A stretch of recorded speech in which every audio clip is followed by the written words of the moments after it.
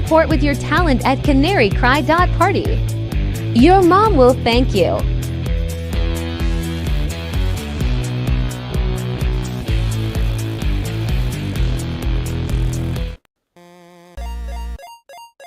Yo, you curious about blockchain technology? Your boys Basil and Gons at CCNT have gone full crypto bro. Tune in to your favorite Sigma males and discover the world of blah blah blockchain. Don't miss out, fam.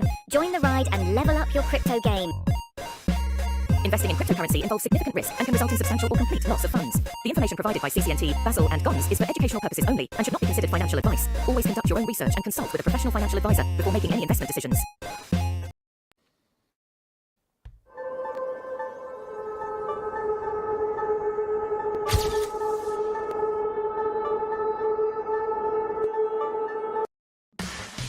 Razzle Dazzle, it's Body by Basil, the new exciting fitness craze that will get you Canary Cry swole in no time at all.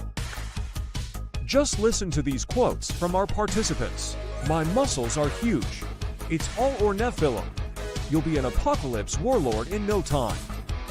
Don't wait. Order today and save 33% for just 4 easy payments of only $33.33. You too can have the body of a googly eye VR headset wearing Nephilim warlord. A new, raw deconstruction of news and analysis. Introducing Canary Cry New Stalk, the new intense fragrance made specifically for thinking outside the cage. From your favorite podcasters, Basil and Gons.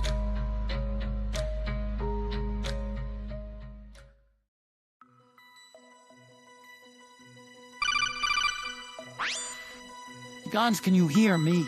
I'm hearing reports about a prototype Flippy arm. Don't tell me. Flippy is coming for our jobs. That's right.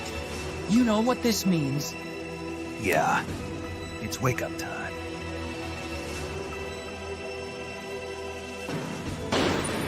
Think outside the cage.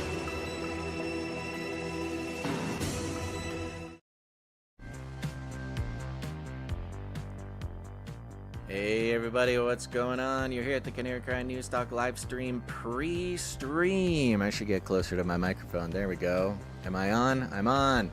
Okay, who do we got here? Some people have been here for a while, apparently. Who do we got? We got JCS77 over on the Rumble. One Aussie. Mongrel Saved by Grace over on the YouTube. Well, morning, lads, he says. Jay Shane on the Rumble. Cash on the YouTube. Susie Cute on the Rumble. Elio on the YouTube. Look at that. Look at you guys. Joydar, Will to Box. What's going on? Drewski over on the Rumble. Who's this? Kui Ut Deus. I don't know what that means, but I'm sure it's thought-provoking and interesting. Lady Belkis over on the Rumble. Denise, hello. Simple Cody, Child of God, the whole gang's here. Digital Generation. Malik, Morv, Equus, everybody's here. Oh my gosh. Thanks for being here, everybody. A lot of you, many of you, people around the world are getting text messages from us as we speak. They're getting the notification straight to their text message inbox that the show is starting. They're dropping everything they have. They're quitting their jobs to come catch the show live. That wouldn't happen. Wouldn't happen without the text message alert system. You know what's going on. We thought it would end. We thought the censorship would end. No, we didn't. But it hasn't ended anyway. So you're not always going to get notifications from your platform. You're not always going to get notifications from the social media. You're not always even going to receive the newsletter in your email box. That's constantly getting blocked from people. Although you should join the newsletter. Go to canarycry.party, hit the button for the newsletter. Join the newsletter. It's good. You get news in a letter. We send out all the art, all the sources. It's really, it's a resource. You need to be treating this show like a resource, and same with the newsletter. Go sign up. And if you think you're on it, but you're not receiving, go sign up again. Gmail has been unsubscribing people from the newsletter as well. But To avoid all of this, go ahead and join the text message alert system where you'll get a message from us right before every show with links to join in. You can also text that number back. It's very fun. We can't carry on a conversation because it's very expensive for us, but we see your messages. We read your messages. We love your messages. Text the word Canary to 877-740-3226. Again, Canary. Here's the number. 877-740-3226. Don't text any other words. Text the word Canary. You'll get on the list. Okay, you could be like 678 who says, I just rage quit so I could listen. The joy of being self-employed. Welcome. Thank you, 678. Who do we got? 785 says, Michael the Archangel, with his blade at Lucifer's throat, asks the rhetorical question, Qui ut Deus? Who is like God? It's a nod to the absolute omnipotence of the Creator, and none could compare. Even more beautiful, the phrase is a literal translation of his name. That is very interesting. Thank you for that. Look at that. There's a full circle going on. Who's this? 214 says, shoot, sorry, didn't realize it was Monday. Support incoming. Okay, we'll be coming. 406 says, lolling at the Canary Cry calendar page in today's email. Come on, get on the newsletter, folks. The calendar pages are being released. We're slow rolling. Quote, Bill Gates materialized on October 28th. I'm dying. Have a great show. Thank you, Monica. All right, let's get the show started. Join the text message alert program by texting the word Canary to 877-740-3226. Let's go. The world is getting crazier. People are acting more and more insane. The end of the world is tomorrow. Tomorrow. There's only one thing to do when the world is falling apart. Listen to Basil and Gonz as they discuss this week's news and events through the lens of Bible prophecy. You are listening to Canary Cry News Talk. You're listening to Canary Cry News Talk. Today is November 18th, 2024. We are live to tape on episode 792, and today, Propaganda Power Exchange. And signing on from Off the Grid, Razzle Dazzle. I'm your best buddy Basil, and you are not crazy. And my name is Gonz, director of the Age of Deceit films, your favorite Asian provocateur for Christ, live to tape from the land of Newscomb to bring you the best news, which is the gospel message of Jesus Christ, while reporting the egregious with a well-rounded, biblically grounded take on world events and today's emergent phenomena. Welcome to the future, Basil. It's the future. We're there. We're here. We made it. There's Cool. more to come. But Okay. I think we're at the beginning of the future every moment. Yeah. Yes. Okay. Very thought-provoking. Almost as thought-provoking as this nice message from Lid G on the YouTube. So excited that I get to listen to the show live. Normally, I catch it on Apple Podcasts. Love your show. Love you guys. May God bless you. Thank you very much. That's kind of the moral support that this show has to run on, folks. So thanks for being here. And a big old shout out. We don't shout them out enough. A big old shout out to our podcast listeners, the audio listeners, the old school people, the people who have, they're doing jobs. They got stuff going on. They're living their life, but they don't miss a show. They listen to it on their favorite podcast player. Thank you guys for being here. Yep. Appreciate it. All right, here we go. We're Monday. Let's just go ahead and just play the Monday jingle. Doesn't that sound like a fun thing to do? We're Monday. We're Monday, baby. Gary, what day is it? Monday. Monday. Monday. Gary, what day is it? Monday. It's Monday. There you go. It continues to be Monday, every Monday. Well, we're starting a little late today, Gonz. Feels a little loosey-goosey, but this is interesting. I think we've gone 3 days now, I think, without some sort of earth-shattering current event or piece of news, which is a little bit of a relief, I think. However, within those 3 days, lots of things have been happening that require a real attention to detail. We will not be bringing, just say it up front because I don't want anybody to be, well, honestly sending us messages about it. The UAP congressional hearing That will not be covered on today's show, but don't worry, we are on it. We are on it. We're digging and we're finding the important bits. Is there more to it than what we talked about last episode? I think it was. There's it a new just one. broke. Yeah, there's a new one. A new there's another congressional hearing. Yeah, Okay. I think.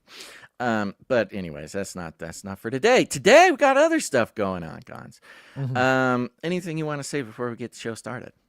I would say let's play the disclaimer. It's time for a disclaimer. Now listen up. YouTube. That's right. And just for all the content moderators and censorship managers out there, be they robots or humans, everything you hear on this show comes directly from the mainstream corporate news media. We do not claim to be experts on healthcare, geopolitics, military strategy, corporate law, or the moral and ethical implications of any of these topics, nor do we implicitly or explicitly support or subscribe to any sources or narratives containing misinformation, disinformation, or malinformation, as defined by the Department of Homeland Security.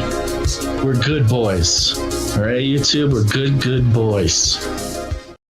That's right. Good boy alert. let's do a rundown. Wait, and then yeah. Did we already go over the fact that did you say Susan in that clip? I think so, but I think the Susan got taken out. Somebody edited the Susan out. I honestly didn't really pay that much attention. I know. I lose track. It just repeats in my head. But yeah, we should maybe, I think Susan is taken out, but I could be totally wrong. I kind of tune out for those moments. I'm doing other stuff, looking at spreadsheets. I know. There's a lot more to look at. There's more screens on the desk. Yeah. The jingles. People think the jingles are for entertainment purposes. No, the jingles are to give us 3 to 10 second moments of the show that we can jump over to another page and do a piece. Like the administrative bit of this show too is not relegated to just off days of the show. I am sitting here with spreadsheets open during the show. Having to do math and stuff. You know what's crazy? We have robots to do some of this already, or virtual robots anyway, to do some of this. We just haven't deployed them the way we ought to. Sure. So we'll an get AI there. could probably take a lot of the take care of a lot of the finally I could live the sort of Promethean technocratic future where robots do all my work and I just get to ramble on the internet all day. Yeah. Okay, let's do a rundown. We'll thank the executive producers for all the lovely things they do for us, and then we'll do the show. But first, let me give you a rundown. Oh, look, here's Basil. Let me bring you up to speed. All right, folks, we're starting out. MSNBC continues to lose viewers since Election Day. Lowest rated Wednesday since 2016. Whoopsie daisies. The death of the legacy media continues. This is big news. Not big news as in it's a big current event, but we are watching a certain version of the destruction of society itself. Perhaps it's one that we've all been wanting for a long time. See? There's subtlety, there's nuance. Come on, people, keep up. Joe court with Trump on Friday, probably in hopes of saving their careers in MSNBC, which of course is backfired. But we're going to take a look at how the legacy mainstream news media, their peers, are framing the discussion, and we can watch the apocalypse together in live 4K HD. But then, of course, the biggest cultural event of the century, the Jake Paul, Mike Tyson fight. This is a very interesting story. In general, the cultural impact of this, we'll pick apart a couple of little pieces that you can connect to the ever-expanding spiderweb of the great plan, the great work. And then, of course, we'll be talking about Trump and a very interesting esoteric analysis of the exchange of gifts among the elites. Stick around for that. Kai Cenat is probably a name that many of you have not heard. We're going to be updating some of the boomers on maybe the most famous internet person that exists, and elder millennials. You might need a reminder. But Flippy has infiltrated top spots of internet famedom. Yeah, we're Alex, at internet stage now. This is internet. Welcome to the internet. We're all internuts here. Alex Jones, the Infowars auction did not go as planned. Surprise, surprise. The confusing drama that currently has Infowars broadcasting Alex Jones after the attempted destruction of the organization. Then, we'll have some Elon space stuff at the end. And then at the very end, we've got Joe Biden being released back into the wild where he belongs in the Amazon jungle. Truly a heartwarming story. But first, Gons, let's thank our executive producers. Executive producers. All right, we're on the value for value model, which means we don't take any money from corporations, commies, or cartels, which helps defend us against the corporate necro-capitalist destruction that is happening all around us. However, it is up to you, dear listener. If you receive value from this show in any way, you have the opportunity, nay, perhaps even the responsibility, to come back with your time, your talent, or your treasure. Everybody gets to choose what that looks like for themselves, but the fact of the matter is, without any corporate cartel or commie money, this show can only exist with the generous participation of viewers like you. You can come in with your time, your talent, or your treasure, meaning if you're an artist, a musician, if you want to help us out with spreadsheets, if you want to do this, that, the other. There's a whole army of Canarians giving of their time, their talent, or their treasure, keeping this show alive. But if time and talent isn't your thing, you can come in with your treasure. Easy peasy, get her done. And thank you to our financial producers. Our executive producers are people who come in, they support the show for $100 or more for any individual episode. And I'm going to list them right now, and everybody's going to stand up and clap for them and thank God for them, because this show would not exist without the producers. Just saying. I'm not messing around, folks. This is a big deal. All right, go ask Morning Joe and Mika Brzezinski if the corporate money is protecting them from the worst parts about their job. It's not. All right, this is a revolution. We're starting out with executive producer Teresa A. Where'd you find this? Thank you, Teresa A. Yeah, Teresa A came in for a nice round number. Thank you very much, Teresa. Fun part about Teresa's executive producership came in via snail mail. Snail mail here. So you have a note from Teresa? I do. Which one? There's so many notes. Oh, this one. Yes. I have a lot of notes in front of me. Okay. It says here, Dear Basil and Gons, how's the process for being independent of YouTube and other platforms going? ? Could you provide a progress report on air? Would love to. We try to do that as often as possible, but usually when there's progress to report. Yeah, so canarycry.tube. If you're wondering, we have people who support canarycry.tube. This is a very special, specific way to produce the show that specifically goes towards the fund to take back our streaming sovereignty away from the platforms. This is very good. I don't remember what the last update we gave was, but we were young. We were excited. We thought we could take over the world. We were young. We had just been banned a few months ago. Yeah, there's a whole thing. Thank God we have been learning the lessons that God wants us to learn when it comes to separating from power centers like YouTube, Rumble, etc. And thank God that the Lord is bringing to us the people who have the skills, the ability, and the good brain that it takes to do such a thing. And there will be more specific updates.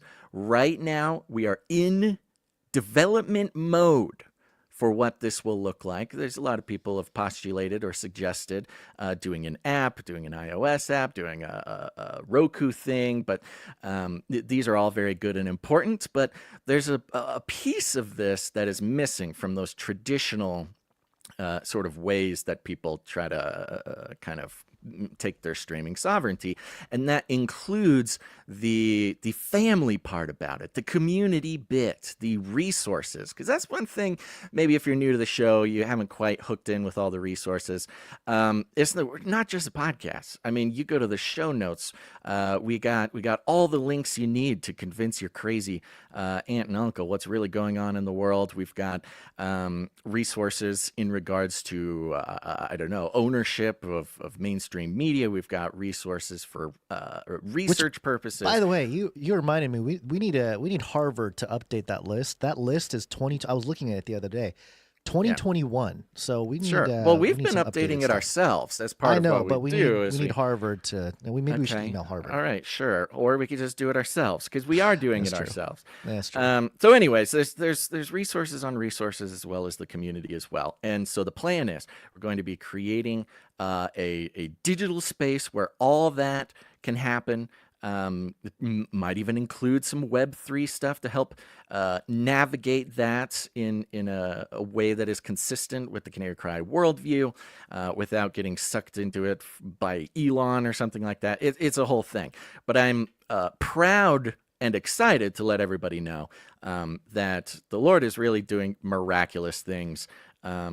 It's one of those situations where the situation that we were in when we jumped in, our motivation, our go-getiveness, our perhaps even a little bit of naivete could have easily landed us in a spot that is much more difficult to make our way out of.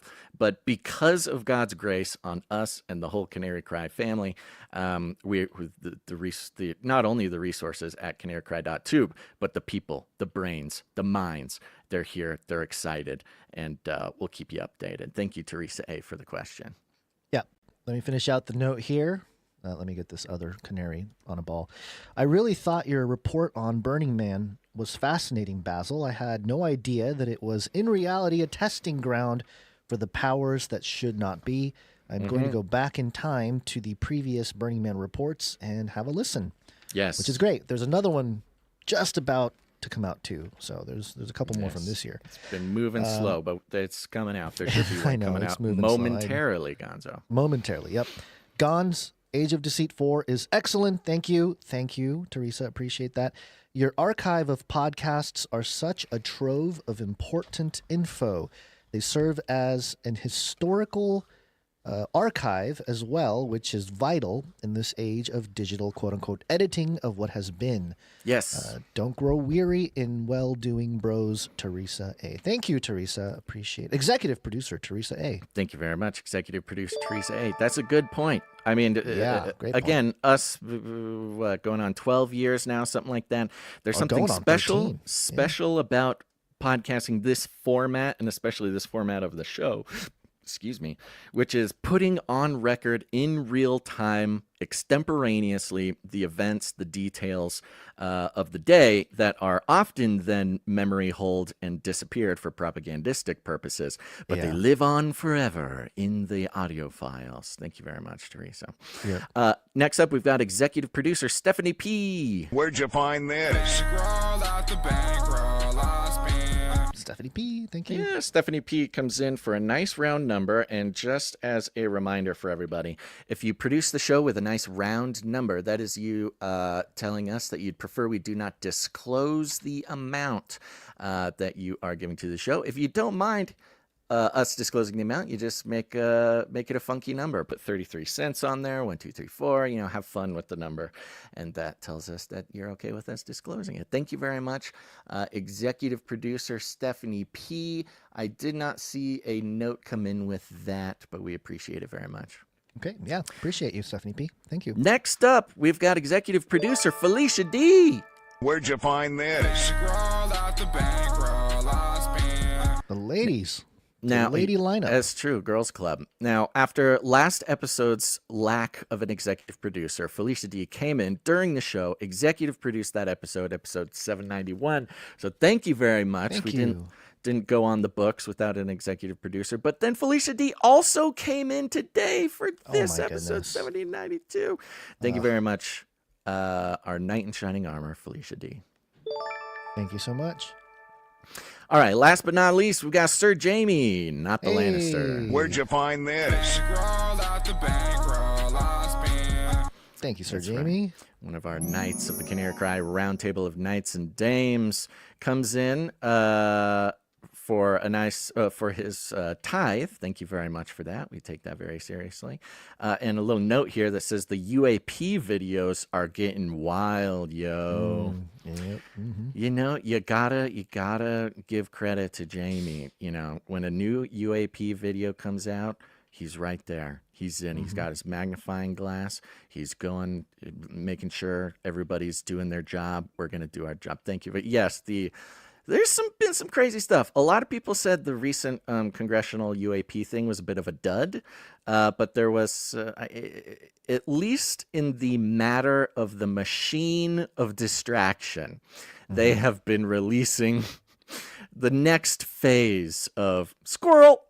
While the is future a squirrel of the UFO? Yeah. Peanut the squirrel was actually Peanut is flying through the air. He was an alien overlord, and that's why they had to get rid of him. They couldn't. He was a white hat interdimensional alien. Thank you very much, Sir Jamie. Miss you, buddy. Thank you, Sir Jamie. And that's it. I think that's it for the executive producers of this show and last show. Appreciate you very much. Remember, folks. Big ol' shout out again to our monthly producers in the Supply Drop, the T-Shirt Council. I have to plug it, and I'm sorry there's a little bit longer here at the beginning. I have to plug it. The Canary Cry calendar samples are coming in.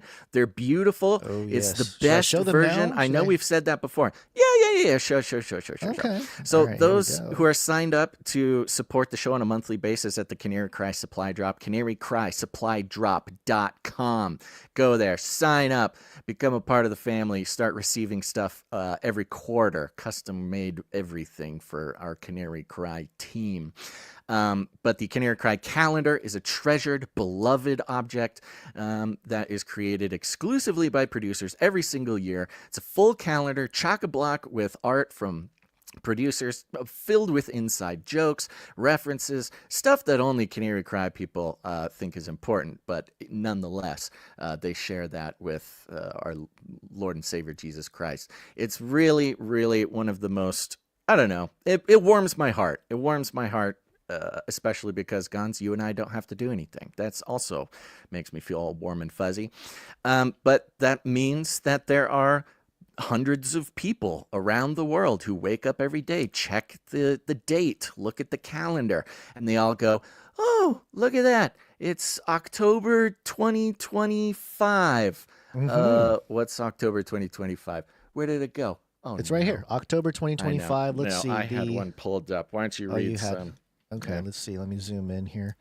The 14th is Eschatomics Day. Gons coins the term eschatomics for end times economics. Look at that. Wow. Okay. October 1st, 1909, Secret Service Bureau, MI6, is formed. Boom. 1975, the Stanley R. Mickelson Safeguard Complex in ND opens. I don't even know what that is. It but closed, you can. It closed. Jack Parsons is born, yeah. October 16th, Dr. Johnny Bananas Awareness Day. Only old school Canarians will know that one. October 24th, 1945, United Nations established. October 21st, happy birthday, Basil, of course. October 28th. October 28th, 1943 was the Philadelphia experiment. 1955, Bill Gates materialized. That's hilarious. That's very funny. We've got very funny producers. So this is a great, not only a great way to support the show, a great way to connect with. It's not just the show. I don't know how else to say it. You're not just connecting with the show. You're connecting with what God's been doing for over a decade now. Yeah. You're going to be more informed than everybody else in your life, and it's done in a really hilarious and creative way. Of course, we've got scriptures on every page. We've got Bigfoot is walking around on this one. It's a good time. So if you want to get in on that, we get a lot of people asking us that the answer is you got to go sign up for the Canary Cry Supply Drop. Every supply dropper will be receiving that next month. And yeah, canarycrysupply.com. Are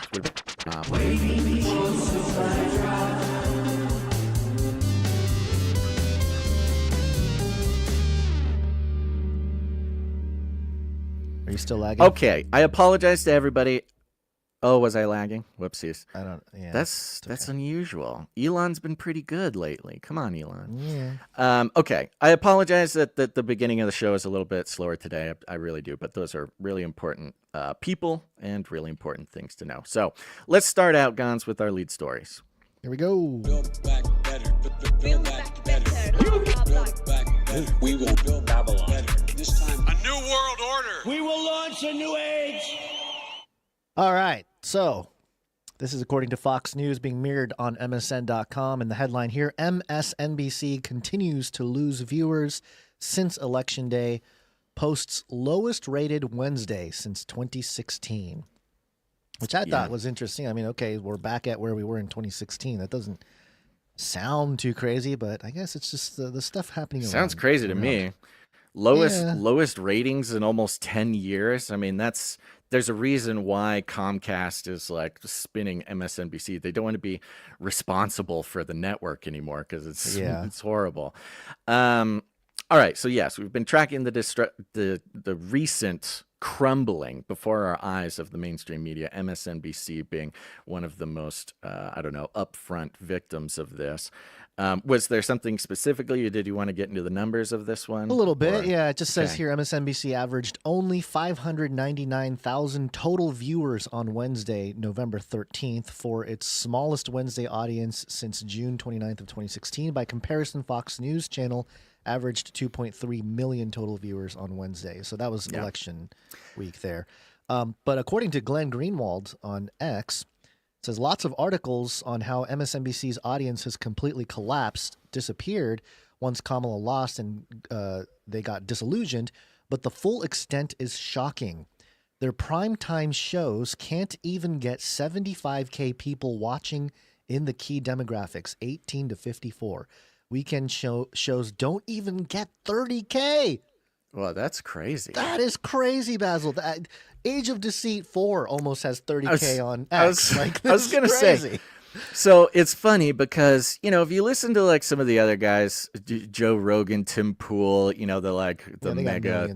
mega, they'll read this news and be like, 600,000, I get that in 24 hours. That's crazy. They're dead. It's nothing. And, we're like, okay, I mean, I'd be happy to get 600,000. We're not necessarily at that level. We haven't seen that second comma in a while. The sentiment, it's been a while since they shut us down. We saw that second comma. That's actually not true. But you got to add it all you're together. Right. Well, it depends it depends on the Okay, metric. Stop it for a second. Let me make a point. The point is that before seeing this new numbers from what's-his-face, who is this, Glenn Greenwald? Yeah, Or is this Glenn Beck? Yeah. No, Greenwald, yeah. I mean, I could look at these numbers and be like, okay, there we go. We're better than MSNBC. We just needed these other special numbers, and now we get to feel like we're in the, the actual independent. And maybe that's the difference is Tim Pool, all those guys, Ben Shapiro. Those are alt media guys, still corporately funded for the most part. Independent media is a little bit tougher, a little bit smaller, a little bit harder to sustain. But this is it. This is proof. Independent media is now officially doing better than MSNBC. Woo! We did it. See, we made it to the future. We did it. We are we're officially bigger than MSNBC. That's fun. Yeah. Okay. Speaking of which. Yeah. Speaking of which, now what are they going to do about it? What are they doing about it? Every knee shall bow. Yeah. Yes. Well, that is Lord. kind of the point. This is a very interesting moment because the unthinkable happened, folks. This is coming from New York Post. Defeated left-wing MSNBC anchors Joe Scarborough and Mika Brzezinski reveal they met with Trump. Quote, time to do something different. Oh, duh! They met with Trump. They met with the racist Hitler Nazi. That is MSNBC. crazy. MSNBC Morning Joe co-hosts and vicious Donald Trump critics, Joe Scarborough and Mika Brzezinski, revealed Monday they had a, quote, personal sit-down with the president-elect in Florida to restart communications. After conceding that voters overwhelmingly made their choice, Scarborough and Brzezinski have repeatedly bashed the president-elect on air over the years, and they had a face-to-face with Trump at his Mar-a-Lago estate on Friday, their first meeting in 7 years after reaching out in the wake of his election. So not only that, but Joe and Mika reached out to Trump, to Hitler, to meet with, certainly the big wigs, the suits at MSNBC, I'm assuming, forced them to do this, but who knows? Yeah, well, you never know. It's beneficial for them too. Who knows? Quote, 5 years of political warfare has deeply divided Washington and the country. We have been as clear as we know how in expressing our deep concerns about President Trump's actions and expressing has been as clear as we know how. Fascist, destroying democracy. He's Hitler. He's literal Hitler rapist. Listen, they're not wrong. They have been clear. They have been clear about what they stand for. They have not minced words. Yeah. Said Brzezinski, 57, as she opened Monday's show with the stunning revelation. Quote, but for nearly 80 million Americans, election denialism, public trials, January 6th were not as important as the issues that moved them to send Donald Trump back to the White House with their vote. It's so ironic hearing the mainstream media say this, and even more. I mean, Joe and Mika are like par excellence. They're almost the proto. They're almost not even people. They're like the principality of calling Trump Hitler and fascist. Like, it doesn't matter what the facts are. They are these at least tools of masterful, illusory magicians who are creating reality for people that, honestly, in a sad way, are sending people off the deep end. But people's response they have been. to Right. I mean, it's getting that point. I mean, in a way, if they think, I'm sure if I were them, I'm trying to figure out how to say this without getting in trouble. If I were them, if I were in their place, I would stay awake at night knowing that I participated in driving people so insane that after the election, people have been taking their own lives. Yeah. I mean, I much saw less those stories, the shaving of the head, much less the funny TikTok breakdowns or whatever. I would feel bad enough if I caused that. But I mean, literally, people are ending it because of this illusion in their head, the reality that's been constructed around them, in large part because of people like this. So that's how I would feel. I don't know how they feel. Quote, Joe and I realize it's time to do something different. Yeah, we're not making any money. We're running out of money. Nobody's watching our show. Nobody likes us. They're gonna shut down our business. We have to do something different. See how this practical, pragmatic sort of bob and weave of the corporate media is posing as trying to find healing or a way through this difficult time. And that starts with not only talking about Donald Trump, but also talking with him, she added. Scarborough, 61, said the trio talked about issues including abortion, mass deportation, and the threats of political retribution against political opponents. The media outlets, I do not believe that they talked about this. I think this is an absolute lie. Because as you'll see, some of the other details of their meeting, this was not an interview that I know of. This was a private meeting. They literally went to try to make up with Donald Trump, bend the knee, whatever. This was not an interview. This was not a piece of media they were trying to put out. They did not sit there and talk about abortion and mass deportation and threats of blah, blah, blah, blah. I think that's completely whatever, untrue, made up. Isn't that fun? Can't think of words sometimes. Quote, we talked about that a good bit, he said. Don't believe you. Don't think you did. Quote, it will come as no surprise to anybody who watches this show has watched it over the past year or over the past decade that we didn't see eye to eye on a lot of issues, and we told him so. We're speaking truth to power. Brzezinski then added, quote, what we did agree on was to restart communications. Mm-hmm. She went on to acknowledge that Trump was cheerful and upbeat during the private meeting, and that, quote, he seemed interested in finding common ground with Democrats on some of the most divisive issues. They made a deal, is what happened. Something happened where they made a deal. Joe and Mika, who are married, by the way, so this is a family affair, they got together. They said, oh, we're absolutely done for. We are done. They glanced at their own mortality. They see the guillotine, the writing on the wall. Yes, the guillotine coming getting down. Set up. Not literal, metaphorical, and specifically about their careers. Yes. YouTube, we don't support violence or anything. They had to do it. It's either this or go away forever. So I believe a deal was made. I do not know what that deal is. I suspect that it is some sort of controlled opposition deal that is made here. I don't think that Joe and Mika are going to turn out to be pro-Trump broadcasters. Perhaps, and this is another part of it, which is perhaps they didn't even go strictly for their own deal, but for a deal on behalf of MSNBC. And then you can bring that even out further. Because remember, MSNBC is the pinnacle of, the legacy media madness. There was a leak where an employee basically said outright that MSNBC is the mouthpiece of the DNC, Democrat Party. That's what it is. It's not a news organization. It is a part of the Democrat Party.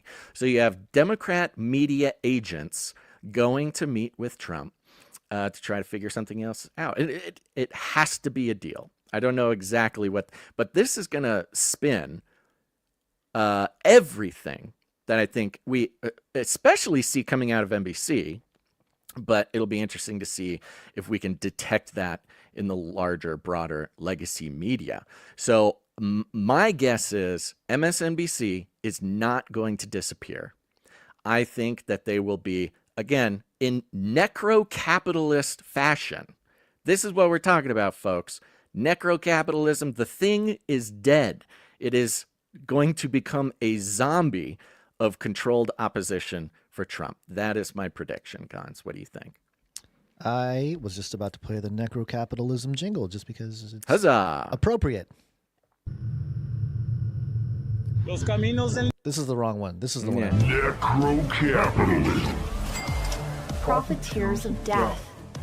There we go. So as much as I'd like to say we're never going to see NBC, MSNBC again, or as much as I'd like to say we don't need to pay attention to them anymore, this is the conversation going on other shows and other groups is, oh, they're dead. We don't even need to report it. We don't even need to pay attention to them anymore. They're not important. We need to start focusing on other things. I think they might be more important than ever as a tool of the Trump establishment for controlled opposition purposes. So I'm going to keep an eye on it.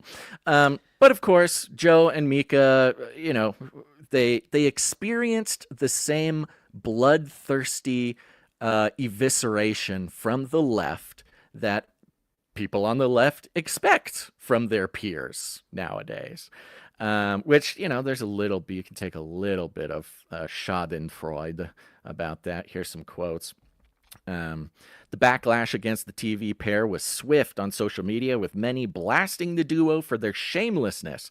That's, quote, shamelessness, and for, quote, bending the knee by arranging the face-to-face. Quote, Hitler getting a lot more meeting requests than I would have thought, Republican strategist Scott Jennings wrote on X, referring to the co-host's past attacks on Trump in comparing them to Nazi to the Nazi leader.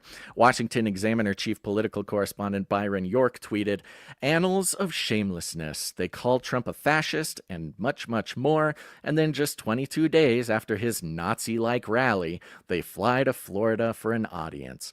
Eli Lake, a Free Press columnist, asked, quote, "Why would Trump bother talking to these people other than to urge them to seek mental health counseling?" Cha.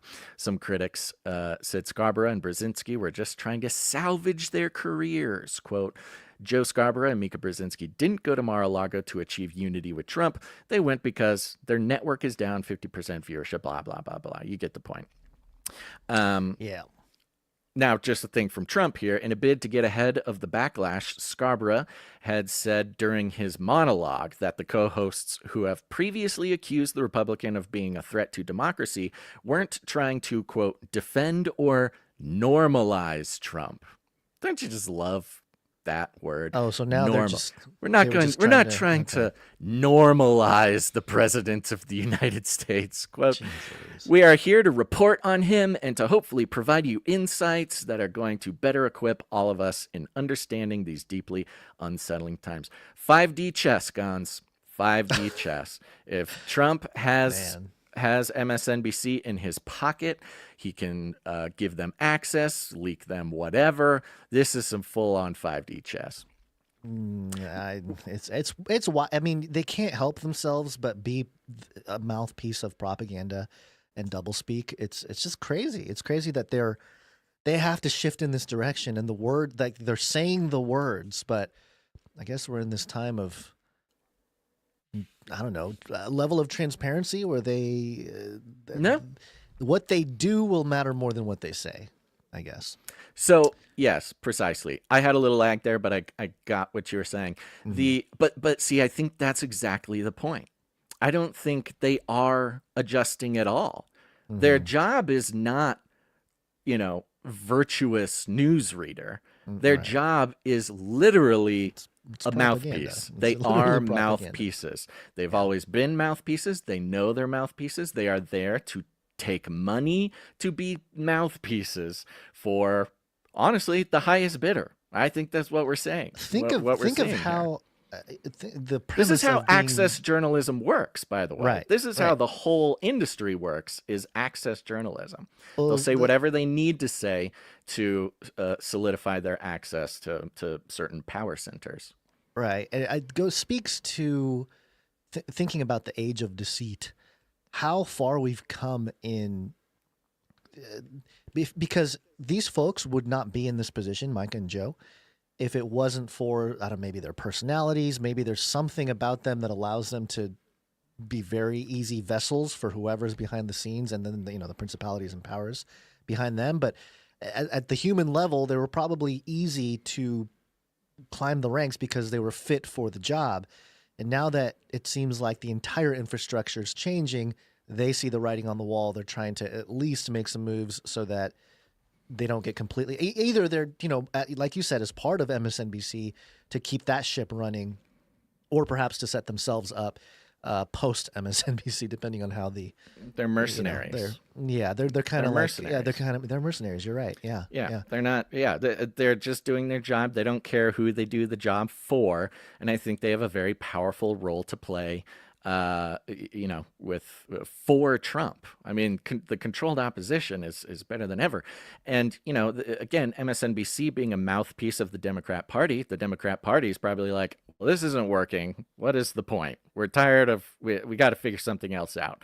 So sort of the Democrats abandoning the whole project for the most part, because it just doesn't work. Why would they continue to do that? It's not working, didn't work, never won't work again. Maybe. So then it's like the Democrats selling MSNBC to Trump. Well, the definition of insanity is doing the same thing over and over, thinking or expecting a different result, right? That's like one way that insanity has been defined.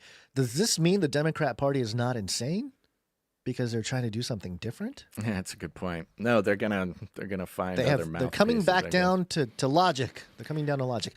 Well, there are more indicators than simply Joe and Mika kissing the ring of Trump. I'm so sorry. I just no, forget it. I was gonna say, so that was the New York Post and how they set it up. The New York Times I did grab the New York Times just because I want to see, like, okay, how's this being done? So the New York Post headline, I read it before. Let me just read it again real quick so you can compare them. Oh my gosh, scroll, baby, scroll. Defeated left-wing MSNBC anchors Joe Scarborough and Mika Brzezinski reveal they met with Trump. Time to do something different. So, you get that vibe.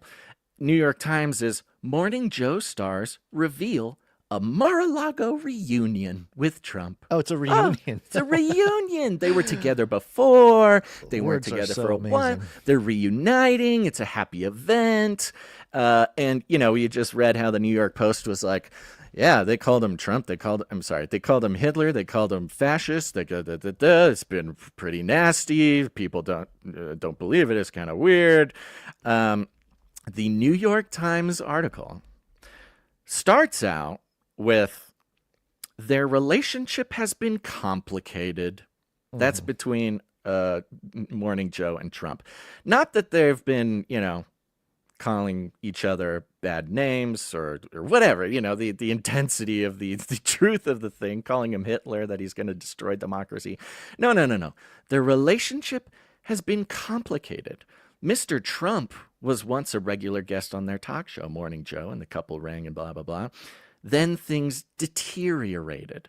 Mr. Trump called Mr. Scarborough a psycho. And Mrs. Brzezinski, Trump started it, called Ms. Brzezinski crazy, claiming that he had once seen her, blah, blah, blah, blah, blah. You do a word search. On this New York Times article. The word Hitler and the word Nazi do not appear once. Well, it's bad PR for the Hitler people and the Nazi folks. Well, exactly. The New York Times really doing their job to... Good PR for Nazis. I mean, it's really sort of magical the way that they can take the exact same story and spin it in a way that's like, oh no, they used to be friends, but then Trump was mean to them. Trump called them names, and so then they weren't friends anymore. But now they want to be friends again. It does sound like an elitist, like, oh, let me give you the inside scoop on like the personal relationship angle, so you get more than just what the headlines are giving you. Yeah. Like, oh, see, they were friends before, and then they whatever. Yeah, I mean, whatever. it's. I mean, it really is sort of impressive, and it's very sad that people are just going to read the New York Times and stay in their little thing. Don't answer a fool in his folly. Who's this? Lone Yukon on YouTube says this is like reporting on the veracity of toilet paper. Yeah, exactly. That's exactly right. All right, sorry. Okay, so this is a big indicator. MSNBC, Morning Joe coming to Mar-a-Lago, talking to Trump, hanging out. Another indicator, and maybe this all happened. When did they go? When did Morning Joe meet Trump? Was this like last week? When was this? Was it like a private thing? I'm sorry, I didn't pay attention. Okay, all right. Sorry. Well, it doesn't matter. Well, I was reading some chat, and like always, this is part of the job, Gons, is people not really listening or understanding, but sort of having a thought. And if we don't say the thought that they think, then that means we're wrong. Somebody is talking about how this is, there's no Democrat Party, there's no Republican Party, there's no spoon, you're getting caught up, you believe in the blah, blah, blah. No, the point is we're saying that there is no certainty at all going on back there. It's a bunch of mercenaries vying for position and vying for money. There is no sort of left bad, right good here. This is deconstructing the mechanics of how the illusion of the American political system works. Just in case anybody was wondering. Yeah. Okay. So, as I was saying, Morning Joe meeting Trump is a indicator. I was asking if you knew when this happened. Did it happen last weekend? It was over the weekend. It was like yesterday. They announced it this morning is when they gave their we went and saw Trump. So this is all a media reporting. Okay, interesting. Okay. Well, it's not just MSNBC. There's a lot of information coming out that suggests a new era. We're in the future, Basil. This is still on the New York Post, and this is a headline that says Antonio Brown's live stream of Jake Paul Mike Tyson fight saved 7.6 million fans from Netflix issues. Oh, you saved them. Saved them. Hallelujah. Now, I don't know how many of our listeners are old enough. Probably a lot of them are old enough to remember Blockbuster. Did you do the Blockbuster thing when you were a kid, Basil? Go in, grab a couple films, grab a bag of popcorn, and you films. Go grab some films. I remember when they still had the VHS stuff mixed in with the DVDs, and then it all went DVD, later on. Yeah. But yeah, okay. So millennials. When Netflix came around, it was a whole big thing. The internet killed Blockbuster. It got Netflixed. That whole thing. Well, what I think is happening here, Netflix is getting blockbustered by new media, new types of media. It says here, Antonio Brown, man of the people. If you don't know, he's former Pittsburgh Steeler receiver. I guess he's considered one of the best receivers to ever live. But he was very loud in the Trump campaign in Pennsylvania with Elon, with Trump, hanging out. He was on Trump's stage rallying for him before the election. It says, Antonio Brown, man of the people. That's 7.6 million people at least. As buffering issues threw Netflix's viewers of the Paul Tyson fight into a fury, the boxing world was placated by an X live stream from an unlikely hero inside AT&T Stadium. He's a hero, Basil, a hero. Quote, CT ESPN, only place with the fight live, Brown posted on X shortly before 11 p.m. on Friday evening. His post, which included a link to his live stream, picked up Herculean traction with a capital H, the kind of traction that on Netflix was leading to abysmal quality and, at points, the total loss of signal for viewers. Now, I am wondering why Netflix had such issues. Was their servers overloading? Too many people watching? Like, what? Were they not prepared to have millions of people tune in? Like, what? Yeah. You're Netflix. You're supposed to have this all figured out. Well, they've never done this before. This was a cultural event for a lot of reasons. But one of the big reasons that it was such a, important in quotation marks, I'll put. Sure. Is because this is the first time that anybody had ever attempted something like this at this scale. And scale is kind of the big thing. Usually fights, you can get a pay-per-view or whatever. And you can watch it. Well, even now you can stream them, Sure. But you're not getting, 80 million people tuning in at once, trying to suck down one feed. Technologically, it was a pretty big project, and they just didn't have it all dialed in. Yeah.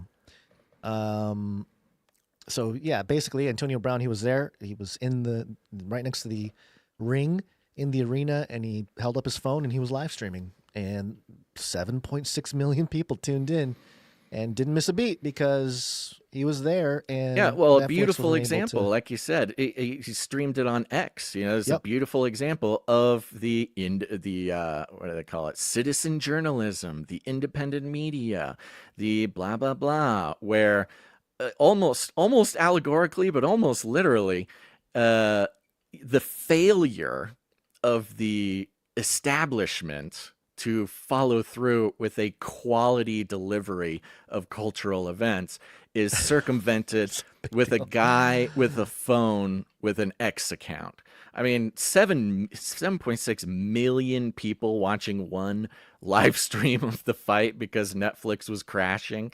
I think it's again, pull out a little bit to the abstract, pull out to sort of the meta cultural event here.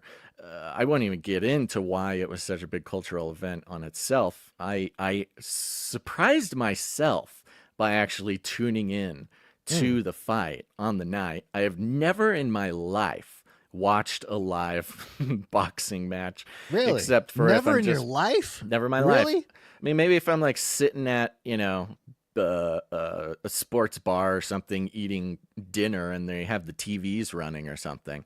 But not once in my life have I ever tuned in on purpose to some sort of fight. And I was just sitting there, I had nothing going on. I go, well, I mean, I guess it seems like, and then I kind of got a little tripped out by like how big of a cultural event it had become. I'm like, okay, I'll tune in. I'll see what's going on here. I didn't have quality problems. But so I'm trying to say that I'm not going to get into how big of a cultural event it is, but it is, it is important for many reasons.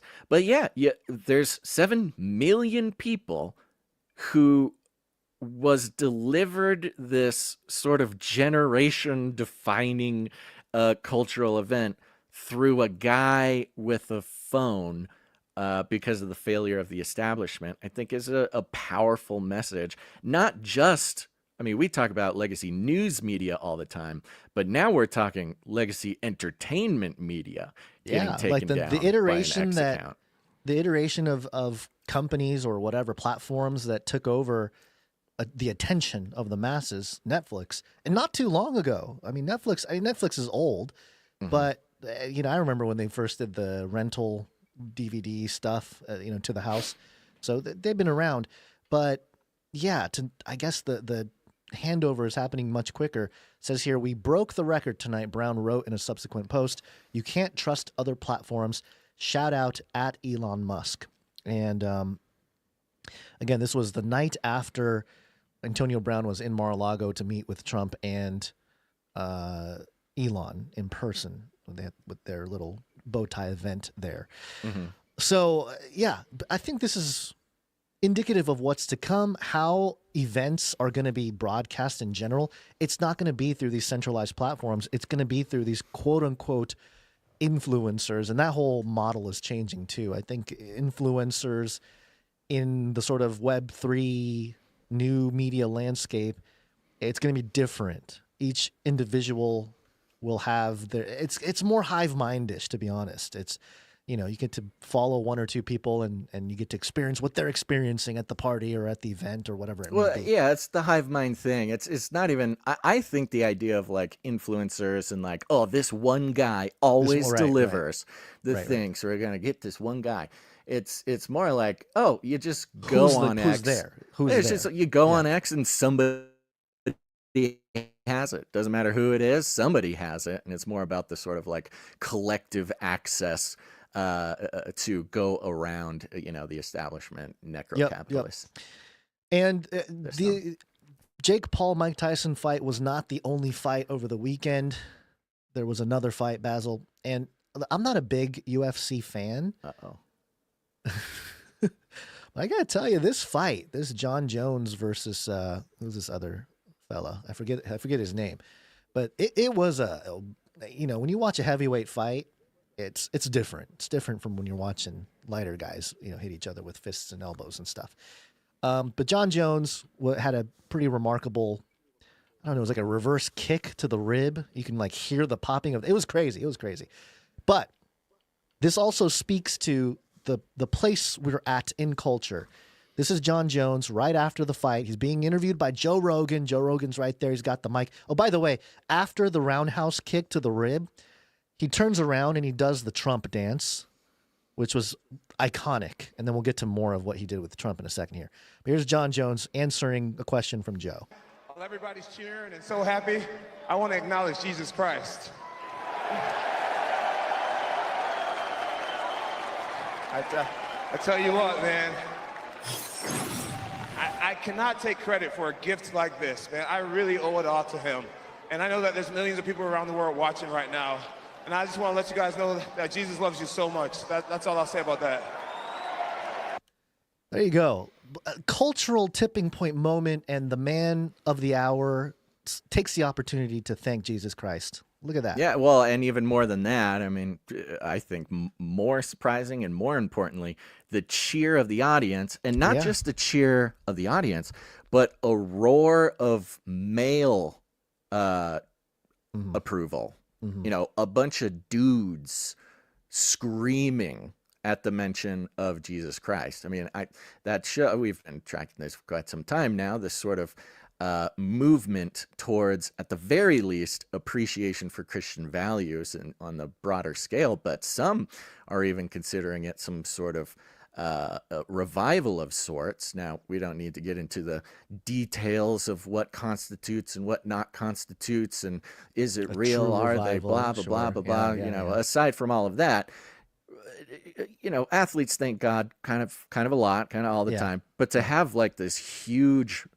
uproar of male fans scream that much for Jesus, I haven't heard a male crowd scream that much for Jesus since like going to like Promise Keepers or something, you know? Oh, you probably didn't. You never went I know to any of those. Promise Keepers. To me, it sounds like a weird child cult thing that they make you go through, but that's because I did not. It's go actually to the church, actually for adults, but I went even worse. I kind of was like so deeply in there that I was going to like adult conferences when I was like 6, which is great. I love it. All right. Okay, so the other thing that John Jones did, and we don't have to play audio for this, I'll just play the video, but he walked over, President Trump was ringside, and he walked, octagon side, I guess, walked over and handed Trump, let me turn off that audio, the belt, the championship belt, and they had a little exchange, the cameras in their faces, and it looks like Trump took the belt. He didn't give it back. It looks like he took the belt, man. He's got the belt. He's got the belt now. Which, again, you know, this is a pretty big deal as far as, not that this is like unheard of or that like a fighter has never, you know, promoted Trump or something, but it's just the permission that exists now to, you know, treat Trump like an ex and soon to be president again.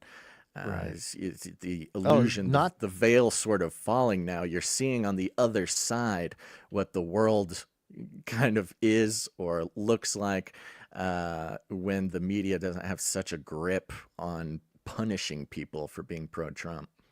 Not the Guzarian in the chat said that Trump gave the belt back. Okay, gave the belt back. Sure. Source. Show me a source. That's what they did in public. The secret dark belt with the gemstones were handed to him in a box in a suitcase later on. There's a very did you have okay. The only other thing I was going to mention was that, you know, in the context of Christian nationalism, we have seen this sort of rhetoric about Christian nationalism, they're going to rise and blah blah blah, and some people took that to heart and embraced that title. A lot of like the alt kind of people or independent people. We were of the group that said, hey, let's not adopt it, but let's just be aware that this is part of the PSYOP. I also think maybe now, especially just through this period, short term, they did the whole Christian nationalism thing because they knew that there was a big sort of conservative, not a revival. I keep using the word revival, but it's more just like a return to some of those core values that you've been talking about. Maybe they've known that it's going to be like that again, and they wanted to get ahead of it and tried to prevent it somehow. And that was part of their tactic, to try to roll out the Christian. Don't be afraid. Be scared to be Christian. Be scared to identify as a Christian because, hey, you might be a terrorist. And now, I still think that plays, by the way. Well, I don't think they're done with that agenda, but they made it punk rock. They made it cool. They made it rebellious. I mean, that's the thing. The blowback of every single one of the establishment's campaigns over the past 8 years is hilarious. You know, I'm going to. I think I'm looking at the time. I might save my gift breakdown. Oh, gift! Basil went down a whole rabbit hole of gifts. Oh no, it's a great. It's very. It's a good one.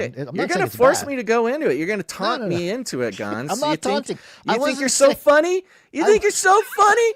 All right, we're getting into it now. All right, see, I psyoped you right into it. Go ahead. You did. It worked. Okay, so here's the thing. Watching the fighter give Trump the belt triggered a John Bone Jones. cascading series of of references to previous articles that I had read,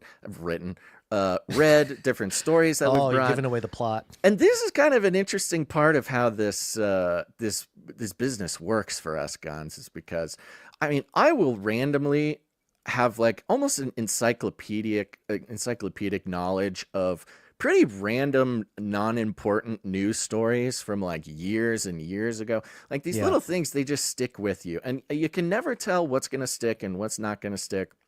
You know, I'm sure the Lord has a hand in that. And sometimes random little articles you read from years ago apparently stuck in your mind because they kind of, I don't know, they're just waiting for the right moment to take they were their filed place under a certain label, and then a story pops up, and it just brings that file back up to the front. So this was just very interesting in light of the, certain occultists, certain witches, Marina Abramovich, making comparisons or sometimes outright calling Trump a master magician and all this kind of stuff. At the very least, in the sort of occult principles of the elites, something popped up in my brain, which is there was a reporter who had a meeting with Trump, or maybe not a reporter proper, but somebody writing this story. And they go to Trump Tower, they go up into Trump's office, and in Trump's office, on shelves and shelves and shelves, are rows and rows and rows of objects, but not just any objects, and not just nice objects.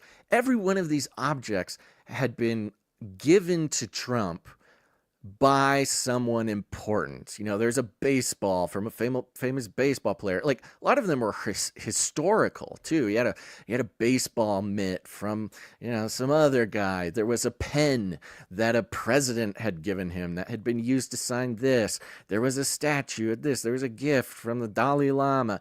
Just rows, stacks and stacks of these objects, these artifacts, and in occult principles, some might even call them magical objects that are you could not pay to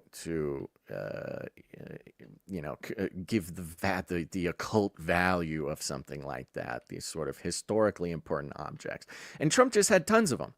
And when this person went in for the meeting with Trump, the first thing Trump did was say, "Go look at all my cool stuff." And the guy goes, he looks at all the cool stuff, and then Trump says, pick one and take it. It's yours."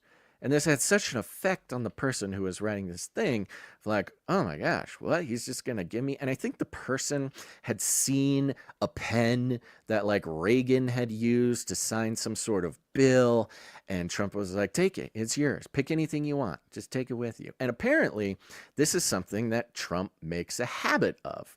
This habit of, first of all, acquiring in one way or another these, for the sake of this conversation, we'll call them magical objects, but then also sort of distributing them in various sort of either strategic ways or whatever. And this brings up an aspect of sort of elite worldview and elite economy that I think is very interesting in light of Trump, and specifically with the elites, because there comes a point where money just doesn't really matter. Like the cost of an object, the amount of gold on an object, like it's just boring. It doesn't do anything. It doesn't hold power for you anymore.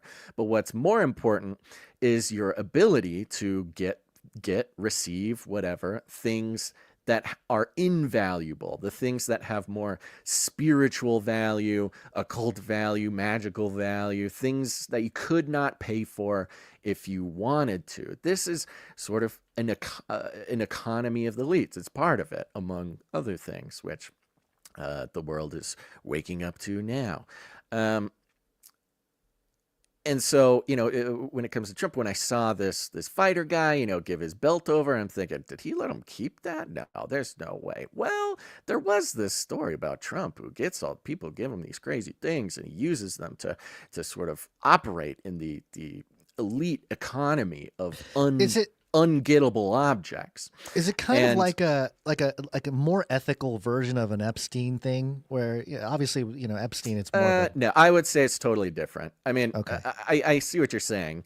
But it's not so much about coercion. It's more about like almost magical currency, almost like again, it's what do you give the guy that has everything? Well, you give him something that you can't manufacture, Can't buy. It's right. one of a kind, that it's a thing. And you know, if you have a supernatural worldview, or if you're like the elites and you do have esoteric and occult sort of worldview where objects are more than just the objects.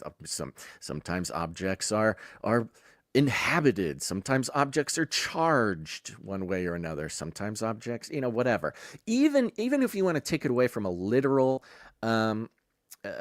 interpretation of like magical objects, but the symbology, it's you're trading in one of a kind symbols, you know, the baseball glove that caught the winning blah blah blah in 1933, you know, that kind of thing. This is not my theory. This is the theory of those who have been studying elites in their sort of culture for a long time, is that they speak, think, and transact in symbols more than anything else. We know this. Speaking of which, there's a list here. We have the maryclaire.com links if anyone wants to go take a look at some of the lists that you're not going to do hold on one second. A good example of this, very interesting, because you're always seeing people give Trump stuff, and there's a list of stuff that Trump has been given. We'll get that in a second. But New York Post, when I was going back, I was looking for the story of the guy who goes to Trump's office. I'm like, I know this was here. It is impossible to try to search for anything that obscure when the internet is just jam-packed with, Trump delusion stuff. But over here at New York Post, this one was funny, and I think this is a good example. Is from 2023 here. And the headline is, Israeli lamps stranded at Mar-a-Lago after use in White House event. And this is New York Post being nice. Other articles were like, Trump stole the relics. But it says, classified documents may not be the only prized items squirreled away at Donald Trump's Mar-a-Lago resort. Ancient ceramic oil lamps belonging to the Israeli government have been stashed at the Palm Beach property for years, despite the Jewish state's efforts to get them back. So apparently for a Hanukkah, the state of Israel had brought some lamps to the White House, let them use it for the celebration. Again, there's some, serious, at least symbolical, if not, more literal spiritual reality to that. And I'm thinking, okay, so Trump, he liked it. They were golden lamps. He got a big silver I don't know, menorah. Oh, they must have been pretty cool. He must have wanted them to match his gold Mar-a-Lago stuff. And you scroll down, and these little lamps are like broken little pieces of clay trash. Like they're not interesting at all. How dare you? Clay how dare you? They literally are. They're broken. They're obviously were dug up. I mean, they're relics, they're artifacts. That's got significance. That is the significance, because that's the only significance they have. The only significance that these things have is that they are old, they are symbolic, and the residue of Quetzalcoatl is within the clay. While you have to connect them together in the right way, and you can summon him. Yeah, you've been watching too much anime. There's while you can obviously put like a price on antiques or whatever, you look at these things and you go, why would one of the richest guys in the world care about this thing? And I think it goes back. I'm not giving back. It's mine. Goes back to the currency. Are you there? Did we lose you? I think we lost Basil. I am now. That lagged out pretty good. Back. What's going on, Elon? This is unusual. I should have restarted my my Starlink before starting this show. I'll do it for next time. So anyways, this is just an example. And look, presidents are given stuff all the time. We had some lists of things that various presidents. Here's all the gifts, and this is going to help make the case.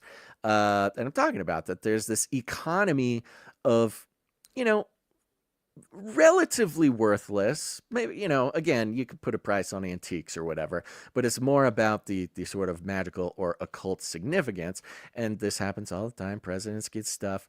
This is Marie Claire. All the gifts the Trumps have given and received since the election. And this is from 2018.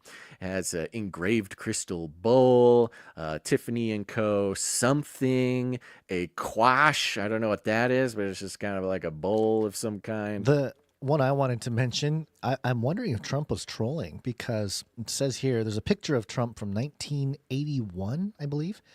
And it says here, when Trump met with Canadian Prime Minister Justin Trudeau back in February, that's 2018, Trudeau gifted him with a photo of Trump. Trudeau. I read it wrong. I thought Trump gave this picture of him and Trudeau's dad to Justin, saying like, "Hey, it's your dad. I was at this thing. I was speaking at this speech, and here's your dad." And we all know Castro is his real dad. Okay, it was never mind. I thought it was the other way around. A framed picture of Abraham Lincoln, fruits and vegetables from this, place in England, silver cufflinks, things that are a religious document on climate change. The Pope gave a religious document on climate change, a symbol of peace, all this kind of stuff.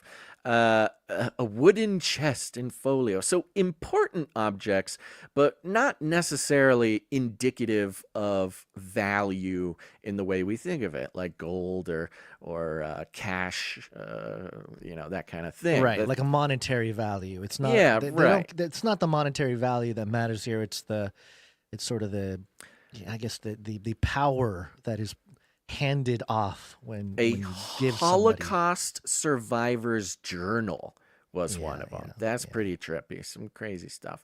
So you kind of get the point. And of course, we don't want to give Trump all the credit. Do you have the Biden list? Was there a fun Biden list? Long story short, there you go. Oh, yeah, so there was a Biden list. You're right. Yeah.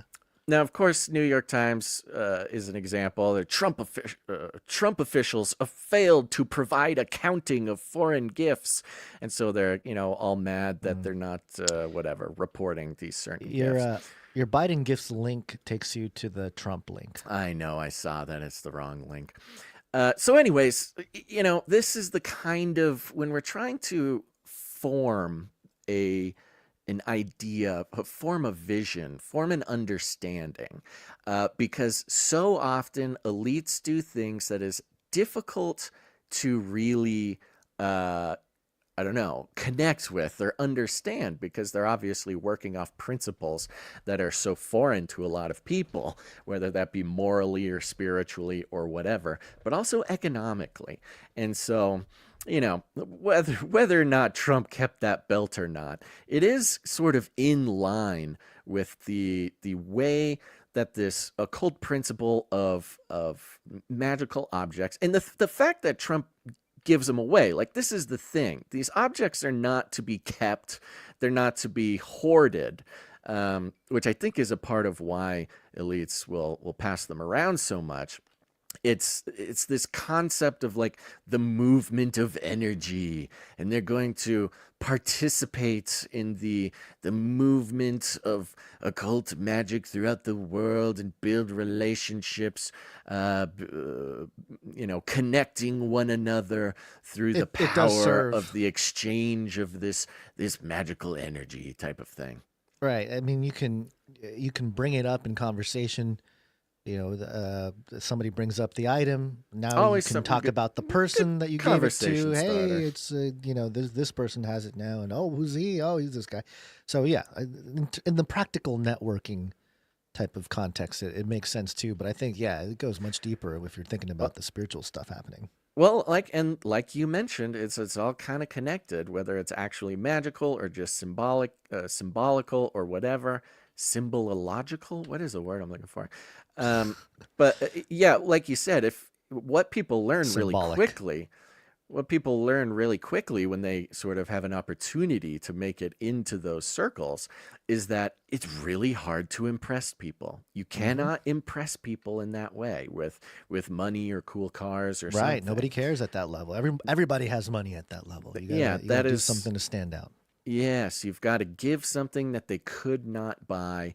And to a lot of people, that's sort of their, if you exchange the right magical object, that will open up doors in ways that couldn't otherwise open for you. All right. Well, that's enough about that. Yeah. Are we going to thank some producers? Yeah, sure. Let's do it. Let's do it. Okay. All right. Let's see. Oh, we are Value for Value. Value for Value. We take no money from corporations, commies, or cartels. Canary cry support. That's right, folks. It's the Value for Value motto. You know how it works. We don't take any money from corporations, commies, or cartels. We exist only by the grace of God and the participation of people like you in the Value for Value model. If you get value out of anything we do, any of our resources, any of the community, we ask you to consider, maybe pray about it, putting value back in. And everybody's value comes in different forms. Perhaps it's an autographed baseball mitt from 1933. Perhaps it's a crappy little clay jar thing that for some reason you steal for the wife. I don't know what it is, but it could be described as your time, your talent, or your treasure. You can help us out with your time if you have a skill. We're always putting people, a lot of what the Canary Cry community provides is straight up because somebody said, hey, I have this skill. Can I do this for you? We go, yes, bro, let's go. And then they do it. And the whole operation benefits. Canarians around the world benefit. We also have people helping us out with their talent, creating art, creating music, other talents, marketing materials, etc., etc. Again, that is value that we would not be able to pay for if we had to pay for it. Or, some people are say, I don't got the time, I don't got the talent, but I'm here to do my part to keep things alive. And they come in with their treasure over at canarycry.support. And so that's why we want to thank a few people now, because it's very important to us. Yep, let's do it. Starting out with producer Ian S. Ian S., thank you. Ian S. signed up for the supply drop at canarycrysupply.com. He's going to get his calendar. Nice. CanaryCrySupplyDrop.com. Get the calendar, folks. Yep, Next up, we got Sir Darren, Night of the Hungry Panda, came in for $33.33 plus fees. Sir Darren. Illuminatus. A little note here, and you will hear of wars and rumors of wars. See that you are not alarmed, for this must take place. But the end is not yet, but the one who endures to the end will be saved. Matthew 24, 6 through 13. Thank you very much. Amen. Endurance, folks. We're all here to just endure with each other. Thank you very much, Sir Darren. Next up, we got Sir Tristan, Night of the Garden. Sir Tristan, thank you. Who I believe came in for $11.11 over at canarycry.tube. 11. Thank you. Next up, we've got Sir LX Protocol V2 Baron of the Berean Protocol. Here we go.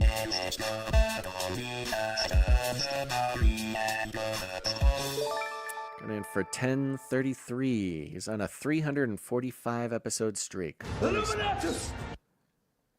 Next up, thank you, Sir Alex Protocol. Thank you very much. We got Mrs. Tinfoil Hatman coming in for $7.77, who today is on a 100 episode streak. Hey, where's my 100? I was not ready for that one. Very impressive.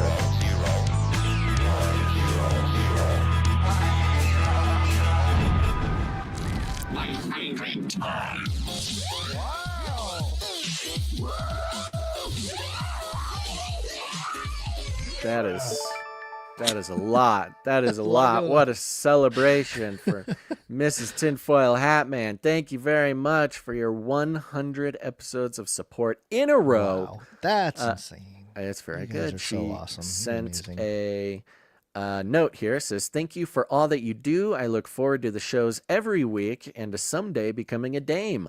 1/3 of the way there. Woohoo!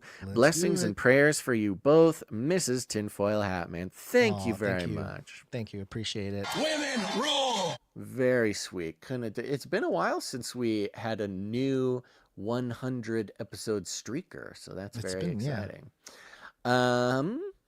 Okay, that concludes the list of financial producers who came in for $7.77 or more, which entitles them to have a note read on the show. We got some people who came in under that amount. We didn't thank them last time, so we'll thank them this time, starting with Sir Morv on a 41 episode streak. Thank you, Sir Morv. We got Veronica D, 438 episodes. Thank you, Veronica D. Holy smokes. Sir Scott, Knight of Truth, 482. Woo, Sir Scott, thank you. Sir Casey the Shield Knight, 488 episodes in a row. Oh my goodness, that doesn't even make sense. I don't understand how that number even adds up. You're blowing his mind, Sir Casey. My mind is blown, Sir Casey. Every episode, it keeps blowing my mind. Thank you. Mm-hmm. Thank you very much, everybody. All right, there you go. Thank these people. Thank the Lord for these people for coming in to support the show financially. It's the only reason that we're able to keep doing what we're doing.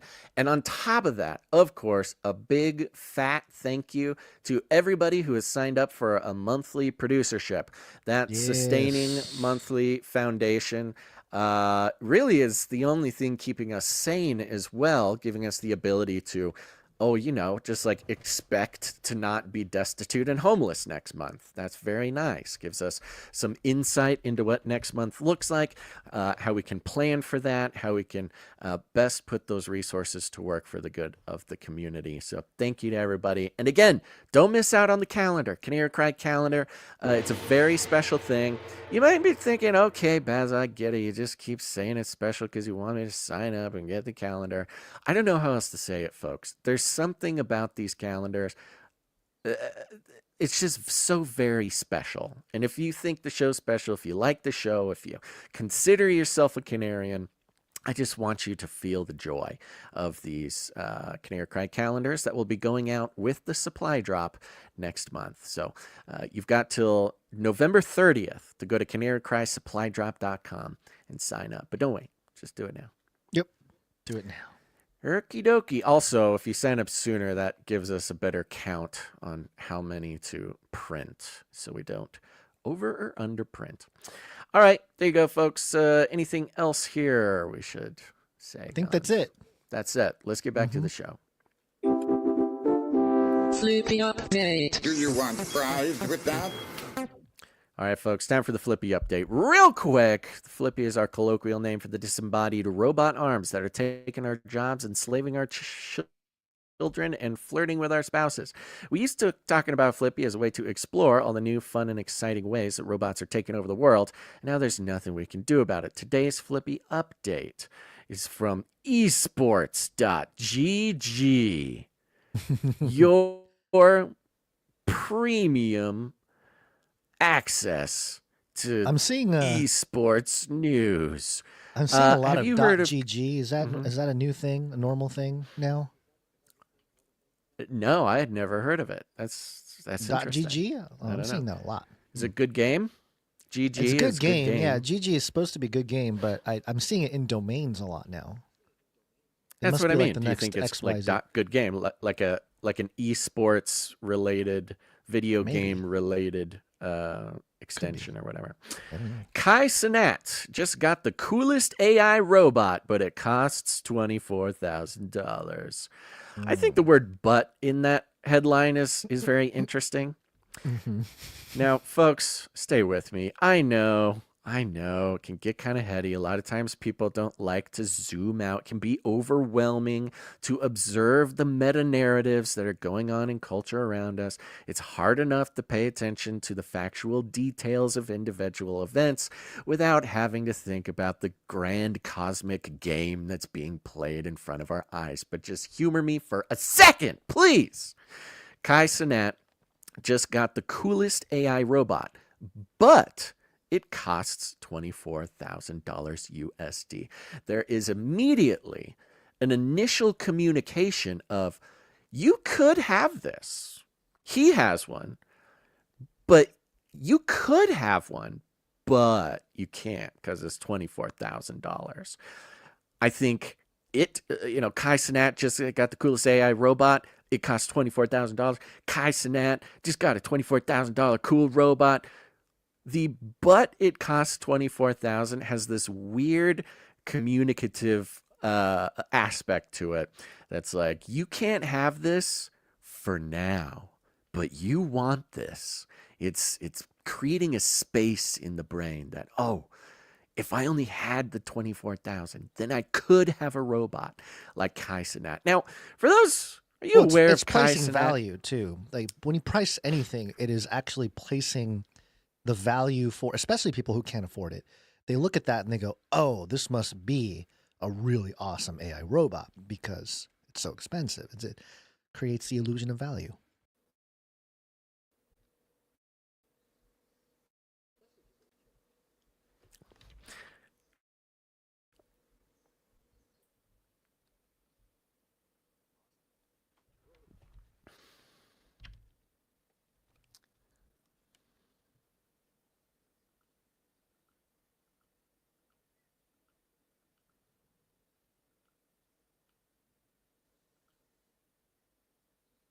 Are you there?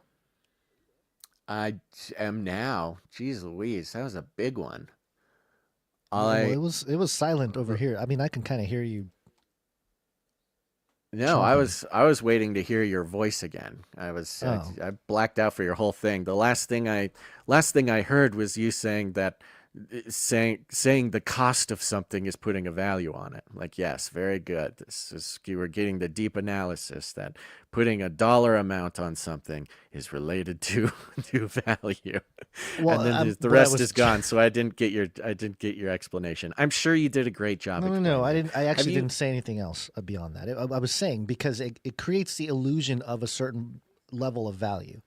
With 24K, if it was just an AI robot, well, I don't know. It might actually be worth that much. I don't know about the illusion, but it's the word "but" there is drawing a distinction between you and the one who has it, and so I see what you're saying. But let's keep moving. Okay. So, are you aware of Kai Cenat? I am aware of him. I am not. I don't follow too closely, but I am aware of him. He's a very popular streamer.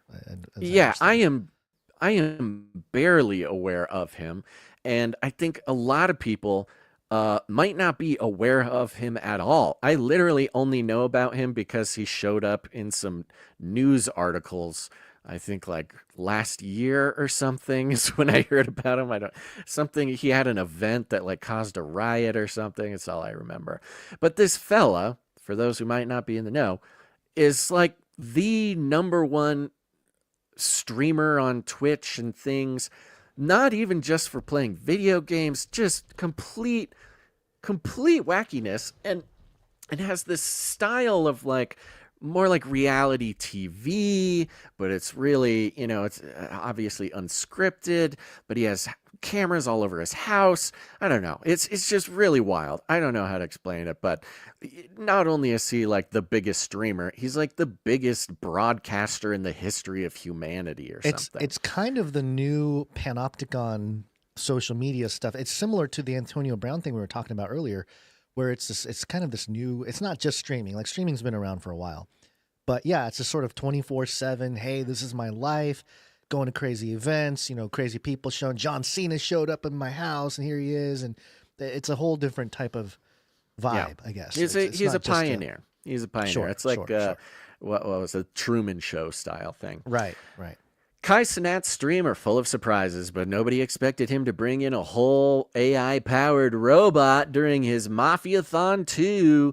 This is part of a 30-day nonstop stream with lots of cool ideas, like a drummer ready to wake him if someone gives 100 subs while he sleeps. You can tell it's an esports article because there's like 4 words in that I don't even understand, but they don't explain. They have no desire to explain these things. So there it says right there, 30-day nonstop stream, 30 days straight. It's really insane. Now, back to the robot. Where did it go? However, the most exciting surprise during Kai Cenat's November 14th stream was the robot he bought for $24,000 USD. In fact, he got 2 of them, but one of them stood out by giving a motivational speech while they were testing it. So we've been talking about robots. They're coming into the house. They're in our hearts. This was a big thing, old school flippy update people. They want robots in the house. They want humanoid robots in the house. It's the future we're promised. Elon Musk is promising it. Everybody's promising it. They say we're right around the corner. It's just going to happen. But people don't want the robots in their house. They don't want to be spied on. There's scary movies about robots going nuts. They're obviously too expensive. There's, the mind of a mainstream person is not ready to have a 6-foot robot helping them out in the house for obvious reasons. I mean, privacy concerns should be enough right there. But Flippy Update, we have theorized and tracked over many years now the campaign to get these robots not just into the house, but first into culture and then into our hearts and then into our house. And this is done in very clever, surreptitious ways. Using Kai Cenat, possibly the most famous internet person in the world or in history. Of course, he would be a tool for not just the company or whatever, but the principality, the culture, the cultural force that is getting robots into the house. Now, he's got a couple of these robots, but it's kind of a goofy looking robot too, by the way. If you're just listening, this robot is, it's Eve by 1X Technologies. It is the goofiest, kind of stupidest looking, just derpy. It's got googly eyes on an LSD screen, Basil. I wouldn't go too. It looks like too hard on him. No, it's derpy. It's ridiculous. It is derpy, but googly eyes are derpy. What do you? Guns. That is what I am saying to you. I am admitting the derpy, comical nature of googly eyes. Strangely enough, this robot kind of actually looks like maybe a really skinny person wearing like shoulder pads and I don't know, holding claws, standing on a thing. I'm not even actually convinced that this is a real robot. But so we got it on the stream. How is Kai Cenat going to indoctrinate our children into begging for having humanoid robots in the house, Guns? Well, do you want to hear from the robot himself? Yeah. Okay, this is the robot motivating the youth. By someone who believed in it. It's not the voices of doubt that define your future, but the belief you hold in yourself. When challenges come, let them remind you that your path is yours alone to carve. And while it won't always be easy, every step will be worth it. As for me, I'm embarking on a journey of my own, commissioned by 1X Technologies. Soon, Neo, the next generation of humanoid robots, will become part of homes everywhere. Not as mere machines, but as companions that give back time. Time for families to be together, for creators to create, and for dreamers to dream bigger. I am proof of what's possible when you reject limits and pursue what others say can't be done. So chase your dreams relentlessly. The future is yours to shape, and I can't wait to see what you build. Type shit. Oh, I forgot that he says that at the end. Kai Cenat is mouth agape. He's very amazed that this robot is giving a speech. Who knows? Probably, obviously, a speech planned by the company to sell robots on the stream. Obviously, he has a friend behind him who's just stunned silent. They just can't believe that this robot, by the way, which they have lots of footage of, the robot's doing funny stuff. They roll around, they talk to the robot. They at one point get Snoop Dogg on the phone with the robot. Snoop Dogg's talking to the robots. Snoop Dogg says, I got to get one of these robots. Very good marketing. I'd probably be careful playing that I'm video not if you gonna didn't play the like the audio. language in the last one. So like I said, it's 30 days straight of a stream. There's a lot of this robot content. But they're playing the robot playbook, baby. There it is, giving inspirational messages. And if anybody wanted to, there's lots of things to critique Kai Cenat about. It's not necessarily the most intellectual entertainment. It's not necessarily the most respectful or educating or edifying material. It's not. It's everything you expect it to be. And so to have this strange little moment, especially in the cultural atmosphere that we're in now, where the young people, especially, as is evident by their leaning towards traditional values and the election and everything like that, they are craving some sort of spiritual meaning. And you basically have this robot giving what amounts to a spiritual sermon on Kai Cenat's stream, reaching the biggest group of people that could possibly be reached at any one time on this planet, but sort of catering to this recognition that people are lonely, feeling meaninglessness. And for us on this show, we go, the robot is not the answer to your loneliness. The robot is not the answer to the meaninglessness of this culture. Go find Jesus. Don't listen to this robot. But in a place that is generally devoid of this sort of positive spiritual influence, which is Kai Cenat's stream, they plop this robot right in the middle to capture the attention, give a sermon, and move on. And you can see in this one, the robot is brushing Kai Cenat's teeth for him. So, of course, you come for the spiritual enlightenment of the robot. You stay for the toothbrushing of the robot. I think this is bigger than people realize. I think this is on the level as far as Flippy Update is concerned. The effect, the spiritual effect of preparing individuals, young people specifically, who will probably come of age when it's time to get these robots in the thing. I think this event could be as culturally impactful as like the Paul Tyson fight streaming on Netflix or something like that. I mean, I think it's very serious. It's very difficult to fully comprehend the impact of this guy and his streams if you're over the age of, 19. It's very difficult for us to connect with that. So I understand people out there. I'm with you, but you get just by the numbers. This guy is maybe the most influential person to young people, maybe ever. And so I think that was very interesting. It deserved a place on the Flippy Update shelf, Guns.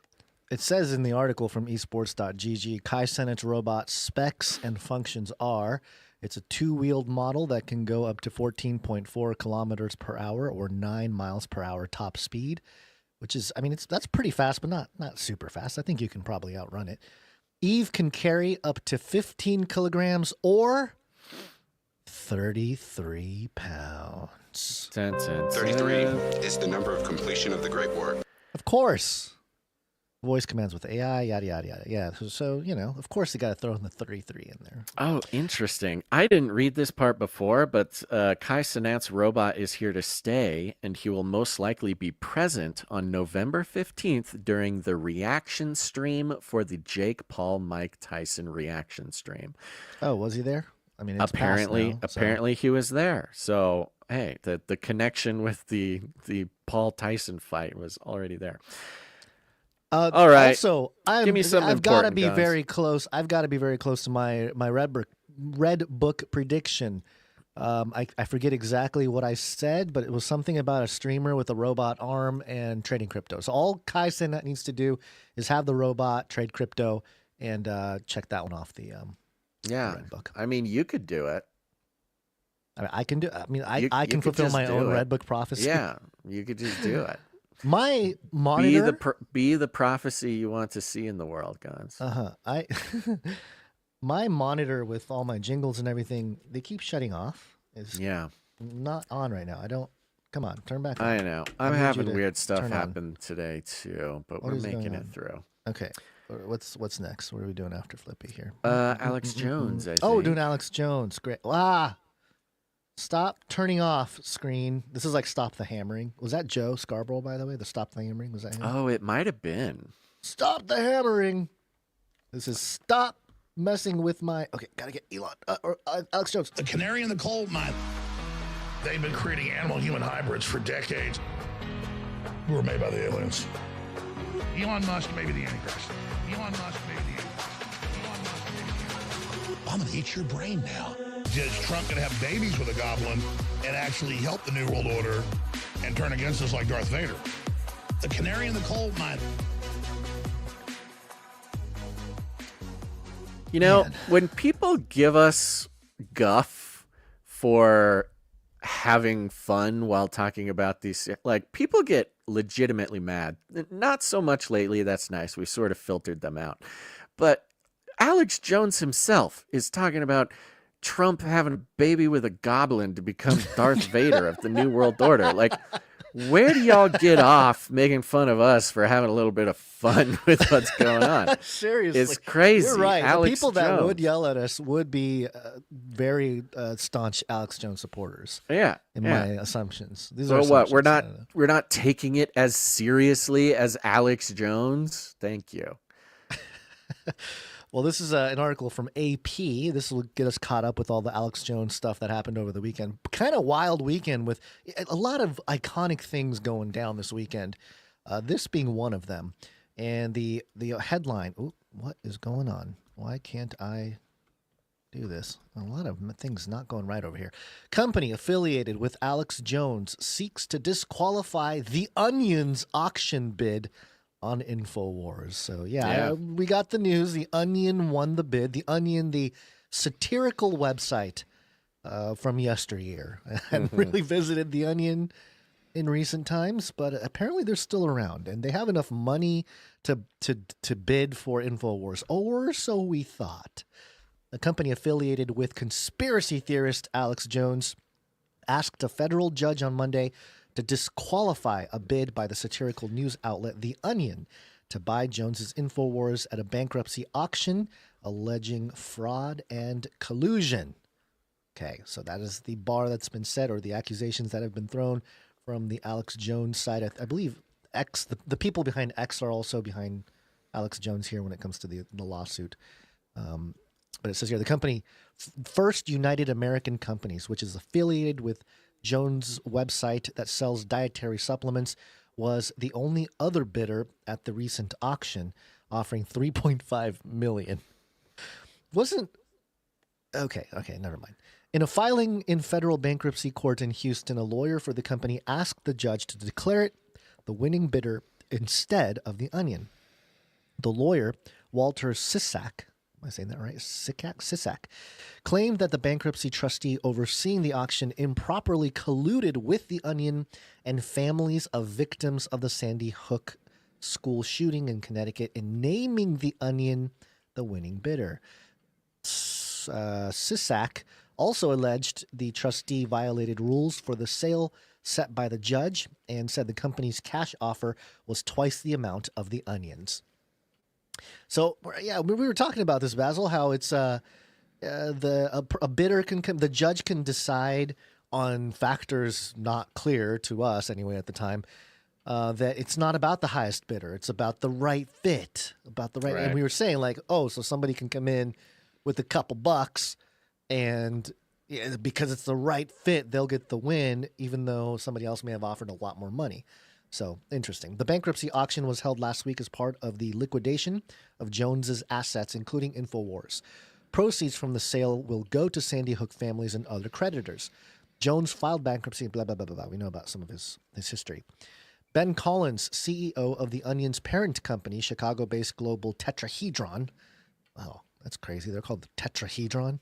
It's not a cult or anything. Issued a statement Monday through spokesperson. Quote, "We're obviously disappointed he's lashing out by creating conspiracies, but we're also not surprised," he said, referring to Jones. The bankruptcy trustee appointed to oversee the sale, Christopher Murray, declined to comment Monday. A lawyer for the Sandy Hook families, Christopher Mattei, also declined to comment. Well, why are they declining to comment? If they're in the right, shouldn't they be all over it, saying how they've been scammed or whatever? Or at the very least, the Jones doesn't have an argument when it comes to this? We had such a hard time trying to collect the sources for this story because the mainstream media is obviously not going to I mean, this sounds silly to say out loud because of course this is the truth, but it's like even more so to try to get factual non-biased, at least a presentation of available facts. There is no even handful of sources that we could find that all contain the relevant number of facts in the right order. The entire mainstream media has made such a mess of this whole story, which makes our job a little difficult because I don't want to just like sit here and explain it, but like they are really doing their job when it comes to sort of disturbing the ability for people to cover this story. Yeah. So to be clear here, basically the Onion made a bid. If I'm not mistaken, the money that they were going to give was not actual cash. It was the profits from what would come from Infowars, if I am not mistaken. So it's like a loan almost. Right. So it's a promise. Yes, it's not anything. Long story short, there was no cash offer. They did not make a cash offer. Some of this I got straight from Alex Jones, who talked a lot about it, and then reading the various streams of information on X, and then trying to, corroborate everything in the mainstream is very difficult, but you can see where they once you have all the data like from Alex, from other independent people, and you're like, oh, okay, I have a pretty good idea that happened. You look at these mainstream sources and you can see exactly the words that they leave out, the exact little details where they're not really lying.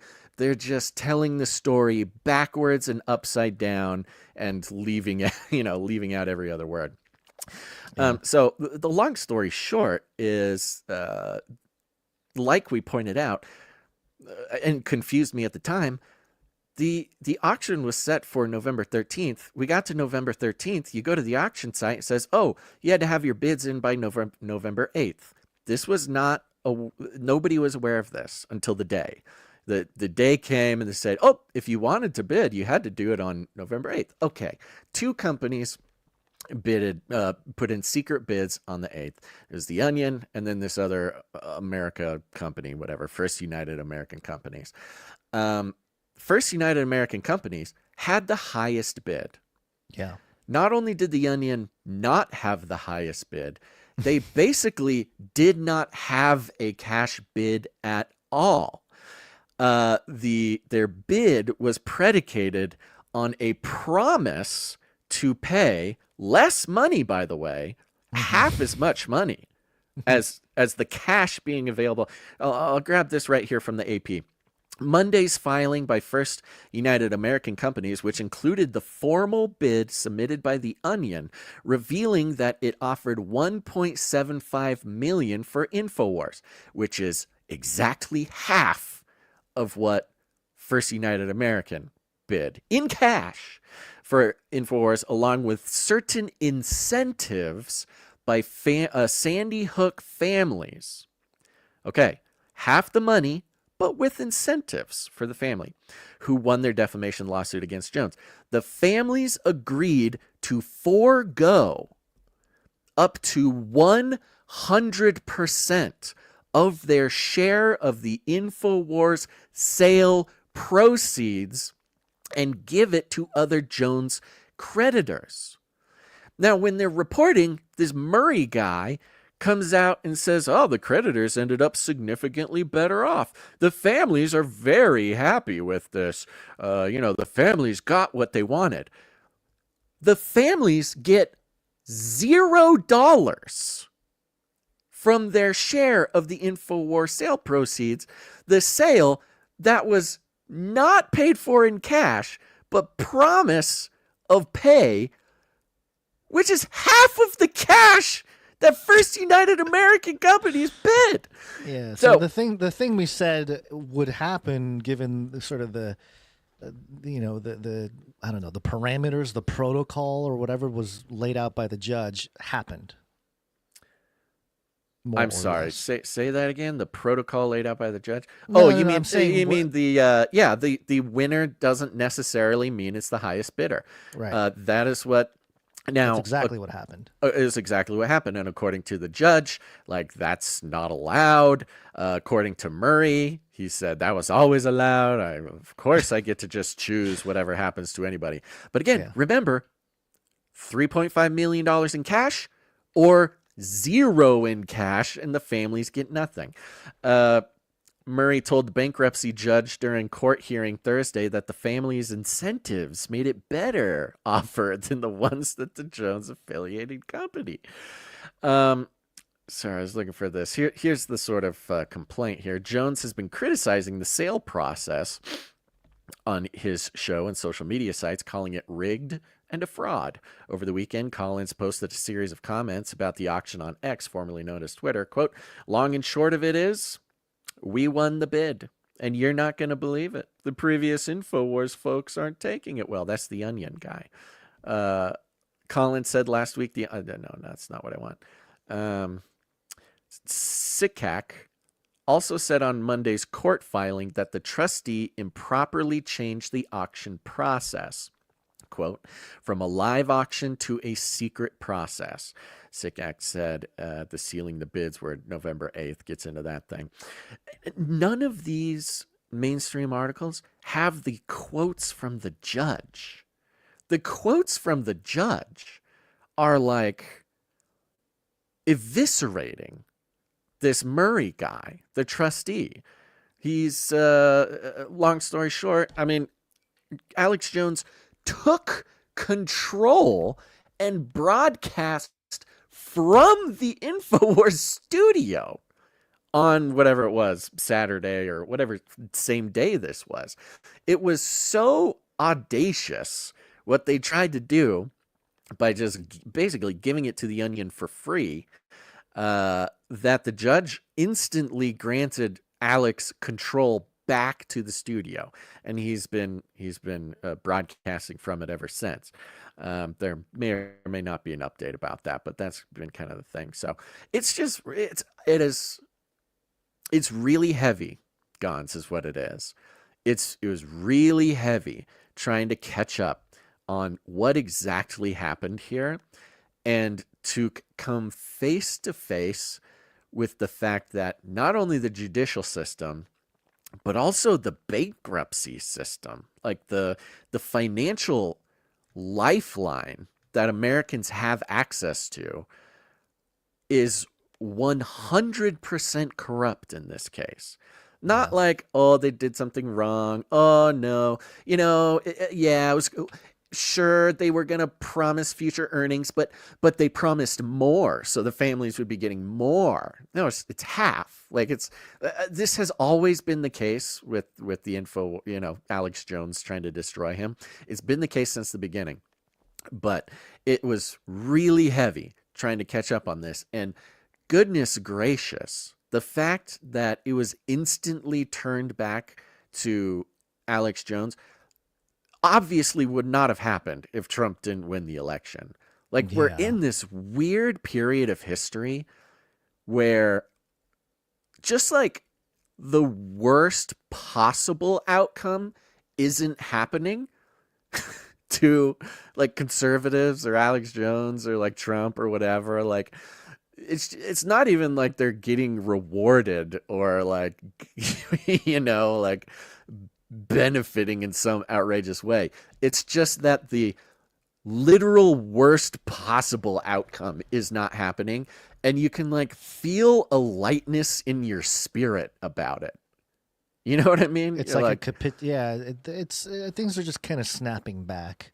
Yeah. Into a more, I guess it's the pre-pandemic. But but again, I don't even know about snapping back because I don't know. I'm not. It feels like a snapback. I mean, especially after Trump won the election, a lot of world leaders are changing their tune. Well, there's I think been a snapback. I'll say it's a snapback when Jones, isn't fully gets his on the stuff hook back for or $1.5 billion, and he actually has a company. Like that's what I'm saying. It's not like the good, amazing, miraculous thing that happened to him in this case is that the worst possible outcome didn't happen to him at the moment. It actually happened probably the way things is going to play out to whoever's that Murray guy, and he might get in some trouble with this. Well, who knows? Yeah, that's what I mean. That's kind of where all the fun is right now with this story. Is like, oh my gosh, what's going to happen? But there's, it says a lot to what people expect from our government, the corruption that they expect from the government, that when you just literally the guy doesn't get shot. And that's right. Wow. I know. Justice. I think, well, yeah, I mean, I can go off on a whole tangent about that, but we are in a time now where I just lost my train of thought. It was a good thought about it wasn't about the snapback, but it was more, I don't know. I lost it. Never mind.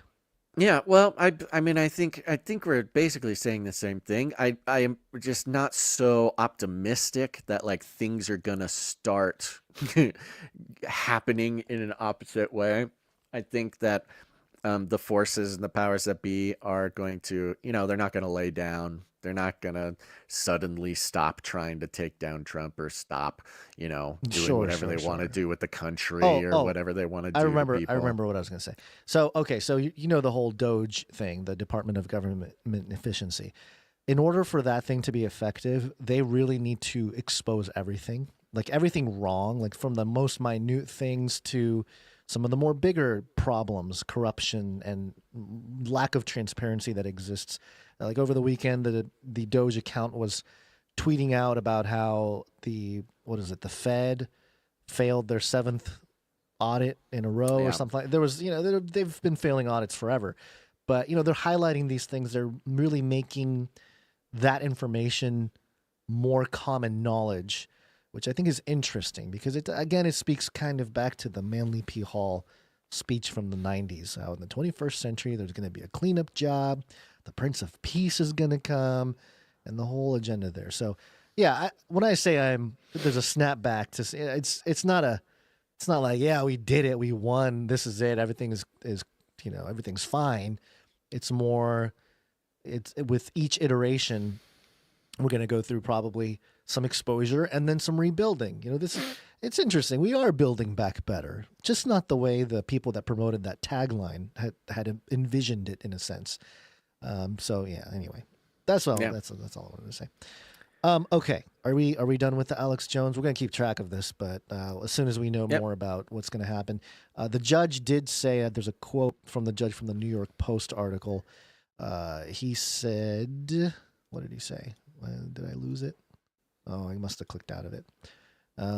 By the way, the AP did not quote the judge, but did mention that the judge, Christopher Lopez, said he had questioned the sale process and the concerns with the transparency. So yeah, his actual quotes are like, "What are you doing? What is this? I've never seen this before." He was mad. He was like scolding Murray for the way he did things, and none of the outlets are quoting it.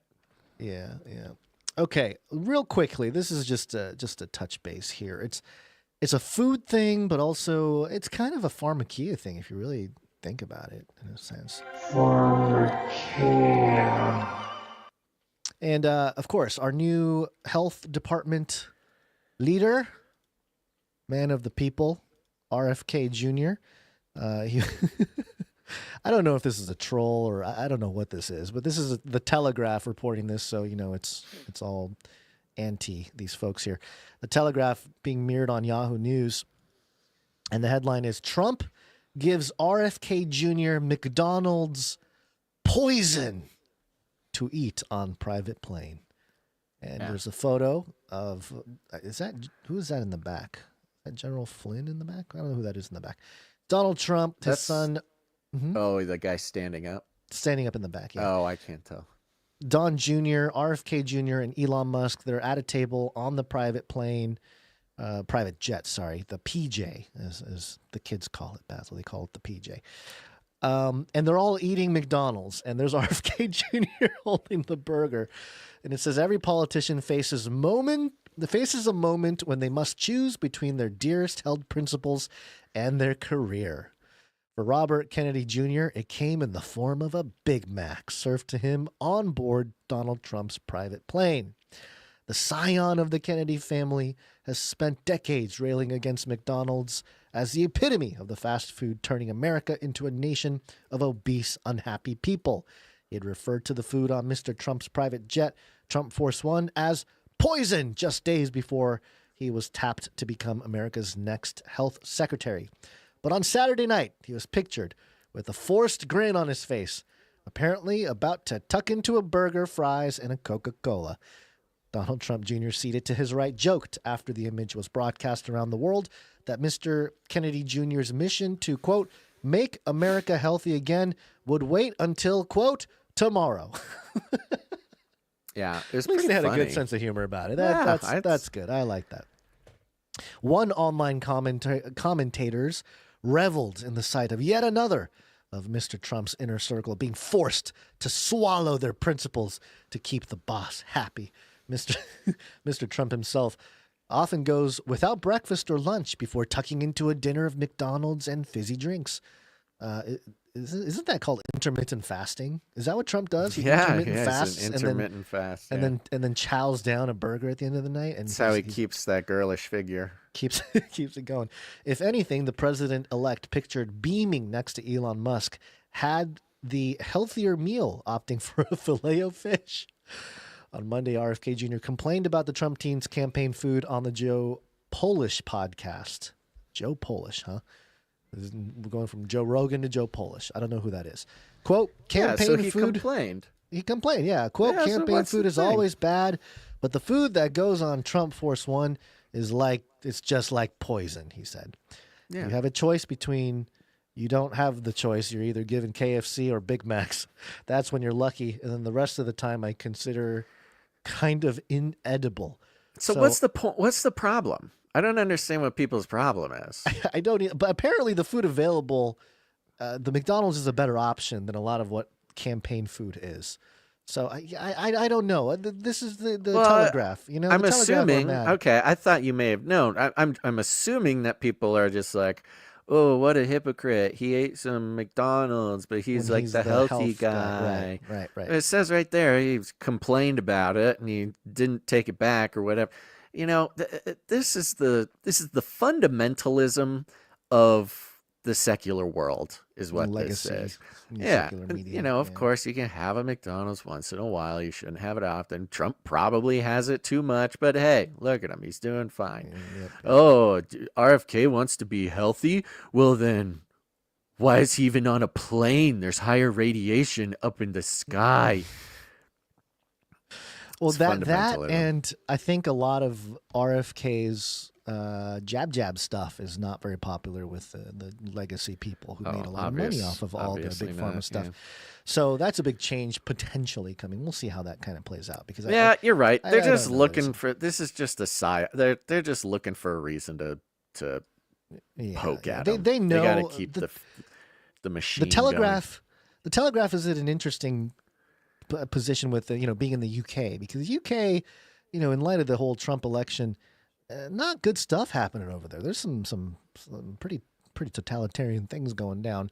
So maybe they're kind of trying to keep the whole secular lib whatever progressive view in check. And this article feels like an old, your typical Trump bash type of article from the mainstream media. It's kind of a throwback in that sense, because there's no substance. They're picking on some stuff that's whatever.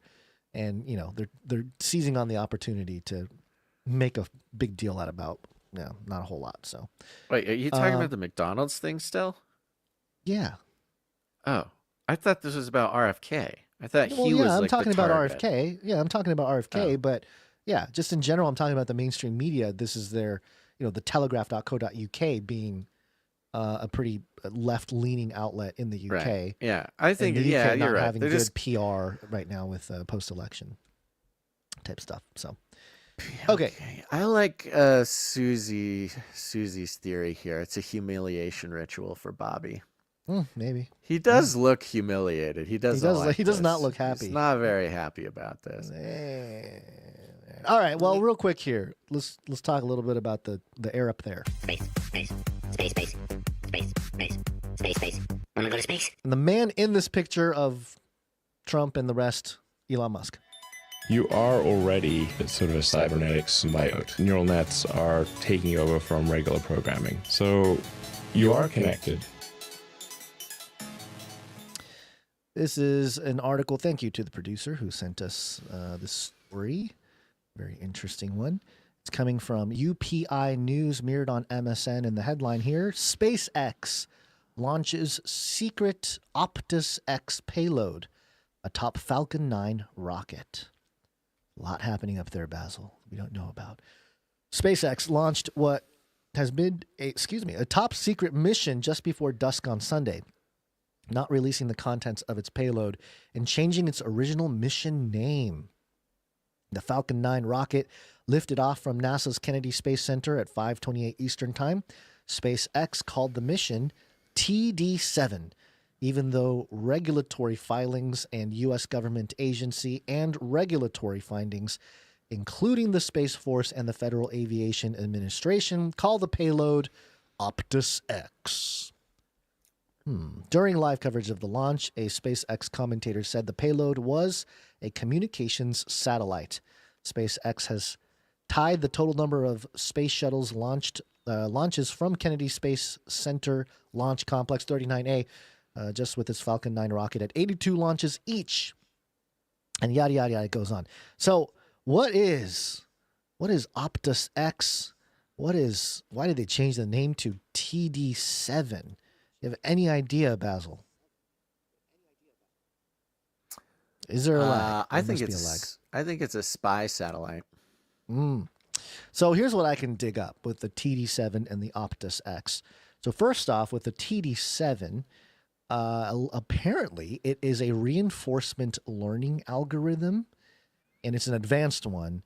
The state action learned embedding, or SAIL, is embedded into it. It's got some older frameworks. TD3 apparently is an older framework, but that's one possibility of what TD-7 is some kind of AI.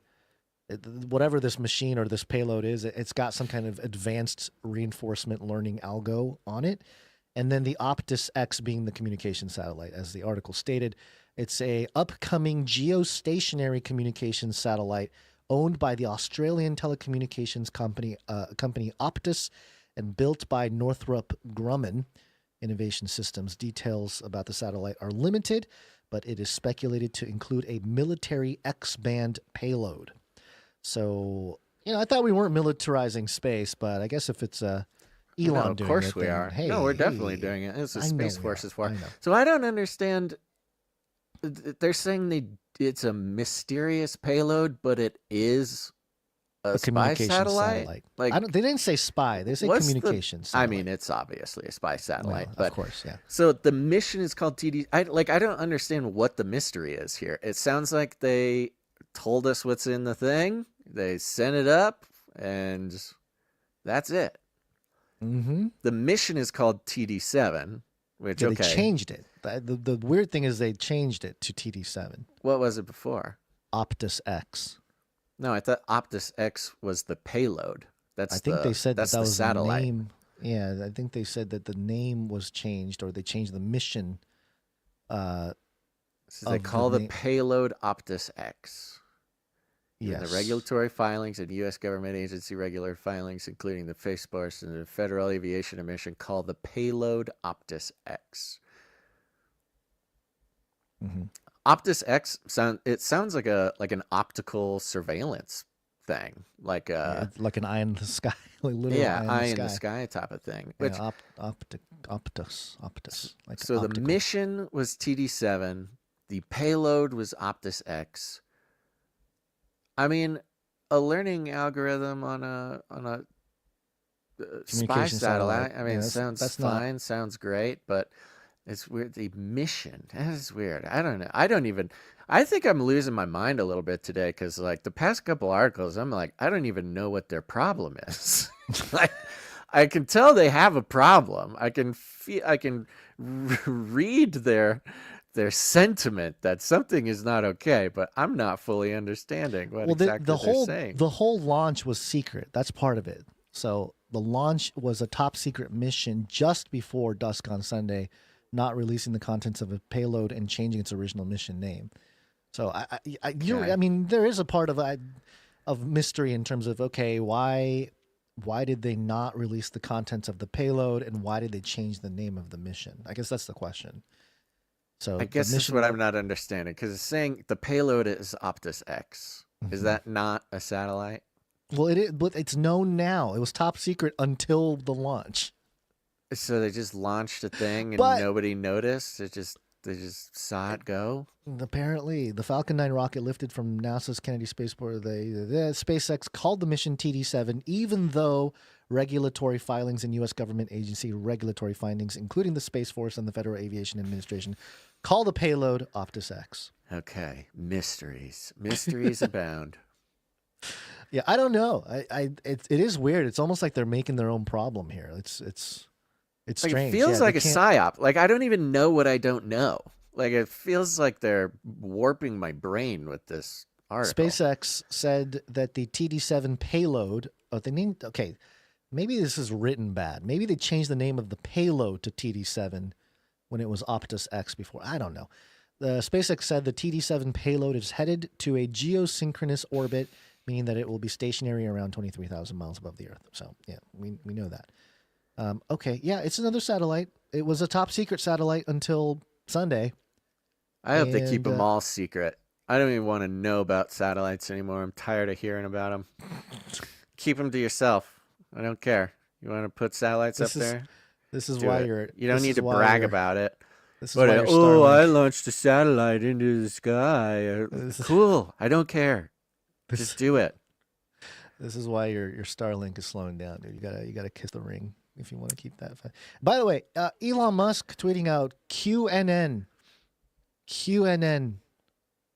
memes. You're gonna need to verbally tell the listeners what that means. I think it's a silly way to say QAnon. QNN. It's written in the CNN logo.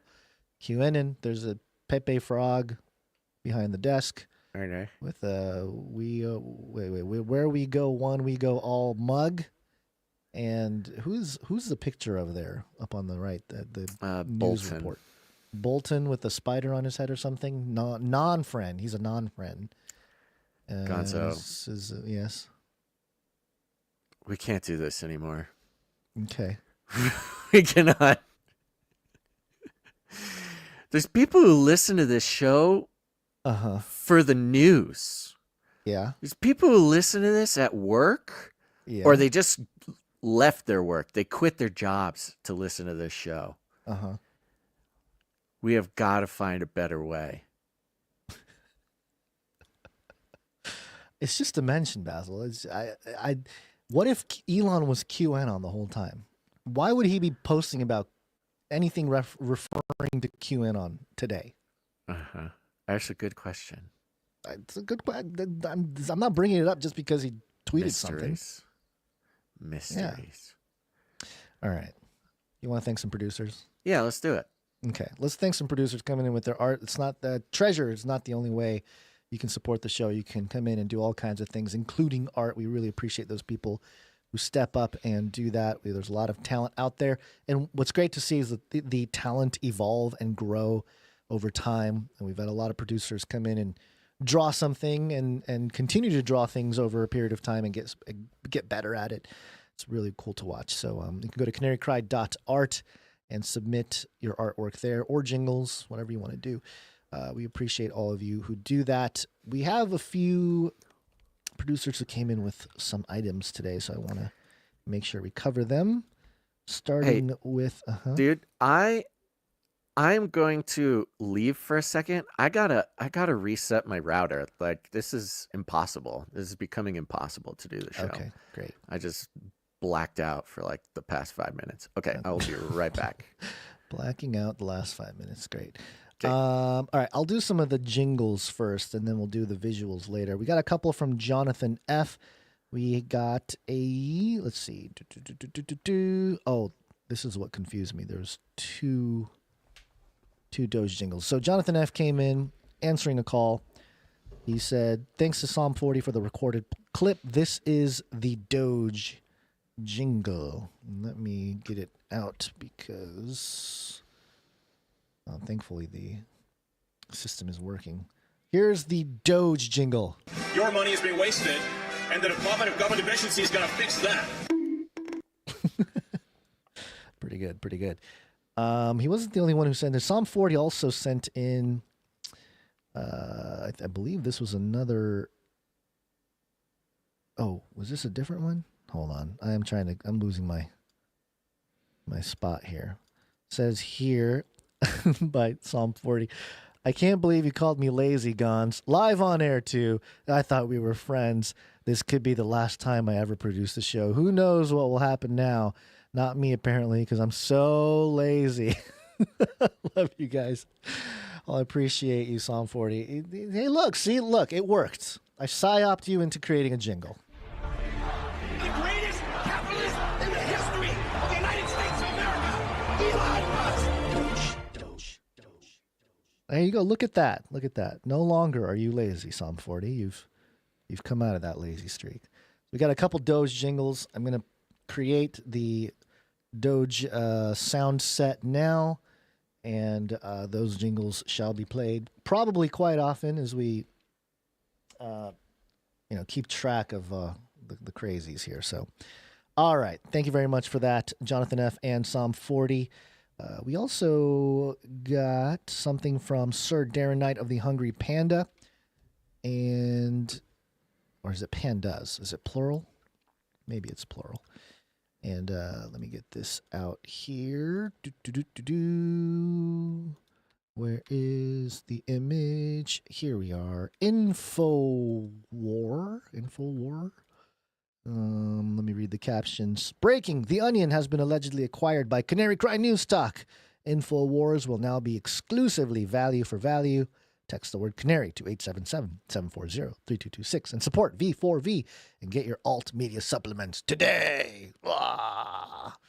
And this is in Sir Darren fashion, a very, very professional looking advertisement here. It says get your alt media supplements today. 100% free, 100% advertiser free, completely hashtag value for value. Then it's got the Canary Cry News Talk logo, or canarycrynewstalk.com logo, in the style and font of Infowars. Then it's got the Basil's waifu on the left, and then it says try our new flavors. We got Think Outside the Cage. We got The Cage. We have another. We have Think Outside. Okay. I think it's supposed to say Think Outside the Cage in different supplements there. Then a QR code and canarycry.party at the bottom. This is great. Thank you very much, Sir Darren. Appreciate these. And these are graphics that we can use quite often for either the live stream or on the X account or wherever it may. Oh, go follow at Canary Cry Radio on X, by the way. Go follow that account. Turn on the notifications. We're going to be using that to get some more content out there. So there you go. Thank you very much to Sir Darren Knight of the Hungry Pandas. One more piece of art here. This is coming from Cassie and Lola. And let me pull them up here. I love these. These are so funny. The first one, well, let me read the captions. It says, Basil drinking his horse electrolytes and a lovely beep boop blop flippy family. Thanks for being part of our homeschooling curriculum. You guys are so awesome. Well, thank you very much. We appreciate it. This there was two that came in. So the first one is, I believe it's Basil. He's a centaur? When you're half horse, half man. It's the upper body of Basil's torso and face and everything, head. But then his body is a horse. There's a big old cup of Haas electrolyte, and there's a speech bubble that says, "Don't forget to drink your horse electrolytes." If you know, you know, folks. If you missed it, you missed it. Go back a couple episodes, you'll hear about it. So there's that one. And then another image of the Flippy family. We have some beautiful robots here. There's 3 of them. There's a purple one that's flying with a cat on its head. The one in the middle is pink. It's got a little heart and I don't know what that is on the bottom there. What is that? Is that a dog? Is that what creature is that? Something's on its foot. And then another robot on the right side with blue outline. So fantastic job, Cassius and Lola. Thank you very much for that. Great work as always. And this is what I'm talking about, folks. You know, you may have heard the names Cassius and Lola before. They've sent stuff in before, I believe. But just watch them. They will improve. They'll get better. And we can watch them blossom right here on the show. So thank you very much to Cassius and Lola. Basil's still gone, huh? Wow, he's out. He's out. There was a snail mail that came in, and I believe I took a photo of these cool little crafts that we got of a couple canaries. It's like looks like a little clay thing. One of them is Basil's head. The other one is of my head. There you are. You're back. It's amazing. It's detailed. It's perfect. Who made this? This was made by Triple D. It came from the Triple D crew. Yes. You're going to read the notes. Oh, I am I? Yes, oh, I you am. Okay. declared. Yeah, these are great. Yeah, notes. they're like the image. We put it on our thumbnails once in a while, where it's like the little Angry Birds canaries. There's the Basil and the Gons Angry Birds ones. Somebody really did a number on these little suckers, and I am very impressed. I have the note. I also have the note. You got the big note? Did I give you the big note? I don't know if I gave you you gave me the first one. You never sent me the one that I wanted, but I got this one. This one's for the family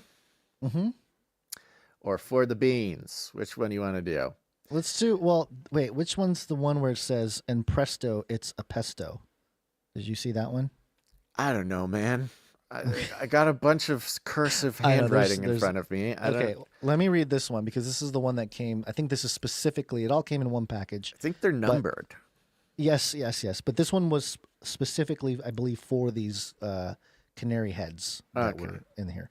I was looking at one of the Canary Cry arts and decided I would make a little something for you guys. That's the one. As well as the rest of my family, love your show. My papa has been listening for about 12 years. And my mom and I have been listening for 2.5 years since they fell in love. Woo! Hope you guys enjoy the figures. That is very cool. Thank you so much. My goodness. And are you going to pronounce the name here? I don't want to butcher the name. Well, neither of us want to butcher the name. My guess is something like Hannah. That's my guess. It's Chyanna. We could have asked. We could have looked it up. We could have done a lot of things, but we have yet to do those things. My guess, my educated and uneducated guess, is something like Hannah. But if that's wrong, let us know. Send an email to Gons. Use the strongest possible language. But thank you very much for these very cool little figurines. I'm telling you, for those who are just listening, you know what? I posted the image on the social media. This is very special. Yeah, Thank very you very cool. much. Very cool. Thank you. And it says, P.S. was listening to this ep when I wrote this. Whoa. This ep. Which this ep? I don't know. It doesn't say. It doesn't say. And then there's a picture of a. You mean the one that has or the art on it? Is that what you're saying? Yeah. And presto, it's a pesto. Beautiful. Love it. Thank you very much. Thank you. Okay, I had the letters, and now the letters are gone. Here's one. All right. This one says, for the whole family, number 2, Hey, Canary family. Just a short shout out from Triple D, Candy D, Cheryl D, and Hannah D, home of Fort Panic under Grace. Look at this, folks. They don't even teach reading handwriting anymore. This is old school. They made a mention about their Canary Cry T-shirt council subscription. Thank you very much for that. I know that was confusing, wasn't it? But we're going to straighten it all out. Thank you. Our prayers are with the whole Canary family daily, and we especially rebuke the attacks against Basil and Gons and their families. This should have been sent out weeks ago, but as you know, time is escaping all of us, and I pray we can use it wisely in these apocalyptic days to come. Spreading the word and his love is our highest calling and our number one purpose. Love from our family to yours, and hope to meet you all soon. Triple D, thank you very much. Triple D! Thank you. Appreciate it. Women! Oh, that's not what I was trying to play. I was trying to play this right here. Thank you. Did you show the beans? I have not shown the beans. Oh, here Show the are. beans. Oh, yeah, Come I on. gotta show the Come beans. on. Hopefully the greens. A little faster on the green beans screen there. doesn't- These are Goya Canary beans. Yeah. This is good. This is good apocalypse survival beans. Everybody should get some Canary beans. This is also from Triple D. They said, I had never seen Canary beans until this summer. Let me zoom in here. We got you a pack to enjoy. Thank you very much. There's 5 googly eyes that stand for God's grace. The 7 are his perfection, and the combination is 12 for his government. We love you guys, and our continued prayers are with you both daily and forever. Your prayer warrior friends, Triple D. Thank you very much. Awesome. What Thank a you so lovely package to arrive. That's great. Yeah, that's great. Appreciate it. I think that does it for the art for now. All of the artists, both snail, mail, and digital. Thank you to all of you. I guess we got the. Did you do Courtney S's? Did you do Cassius and Lola? Yes, we did. Yeah, Cassius and Lola. Good drawings. Loved them. Put them in the email. Huge fan. You got the Flippy family, little Flippy kitty up there. And then, yes, the Basil Horse electrolytes. I've been getting a surprisingly bigger reaction to the horse electrolytes than I was expecting. Lots of people are very interested in my use of horse electrolytes. Nobody else should do it. I don't recommend it to anybody. Do not take horse electrolytes, but they make me feel great. And it's it's cheap. It's cheaper than Canary beans, I'll tell you that. Don't feed this to anything but a horse, certainly. But if anybody out there has horses and they need electrolytes for their horse, remember, dosing for your size of horse is always extremely important. Remember, this is horse electrolytes. Do not take a big horse amount if you're giving it to a little tiny horse. Remember that. It's So called much. What is it no called? more. I think it was called Apple a Day. Let me look it up. Apple a Day. Keeps the doctors away. Horse electrolytes. Yeah, it's good. I don't know, stream of consciousness there, guys. Some word association. Sure. Finish line. It's called Finish Line Apple a Day Equine Electrolytes. It's $14. You get a little one over on Chewy.com. $30 or so, you get a big one. You're starting to show all kinds of stuff. I'm just saying, it's out there. People are wondering. I People know are it's out interested there, in but the horse still. electrolytes. They like the horse. What? Oh, I'm sorry, Gons. Do you have a preferred horse electrolyte supplier that you would like me to give to the No, people? I would just like a little kickback if these companies are in the website you even mentioned. That doesn't are gonna get even any work. traffic. That doesn't work. We don't do that. We've never done it. We're not going to do That's it. This true. is just You're right. spreading the good word that if you have a horse and I'm your a horse. horse needs electrolytes, I got kids that horse around all the time. Finish Line Apple a Day Equine Electrolytes. You're welcome. Where do you think my horse gets all of his energy to podcast Apparently, you need to cool off on that. This is horse great. There's electrolyte. like Getting you a little too amped. What is that called? What's the half horse, half man thing? The centaur. Centaur. It's a centaur. Don't for this centaur, Basil. Don't forget to drink your horse electrolytes. Can you read what's on that box? The juice box. I like how it comes in a juice box. Has electrolytes. Has electrolytes. That's true. It horse. It probably says horse. That's probably horse. You're right. Horse. Yeah. Okay. You're right. Thank you very much, Cassius and Lola and Courtney S. Yep. Apple yeah, Day. they got double. They got double the attention. Okay. Go to canarycry.art. Support Finish us line. with your art. Finish line.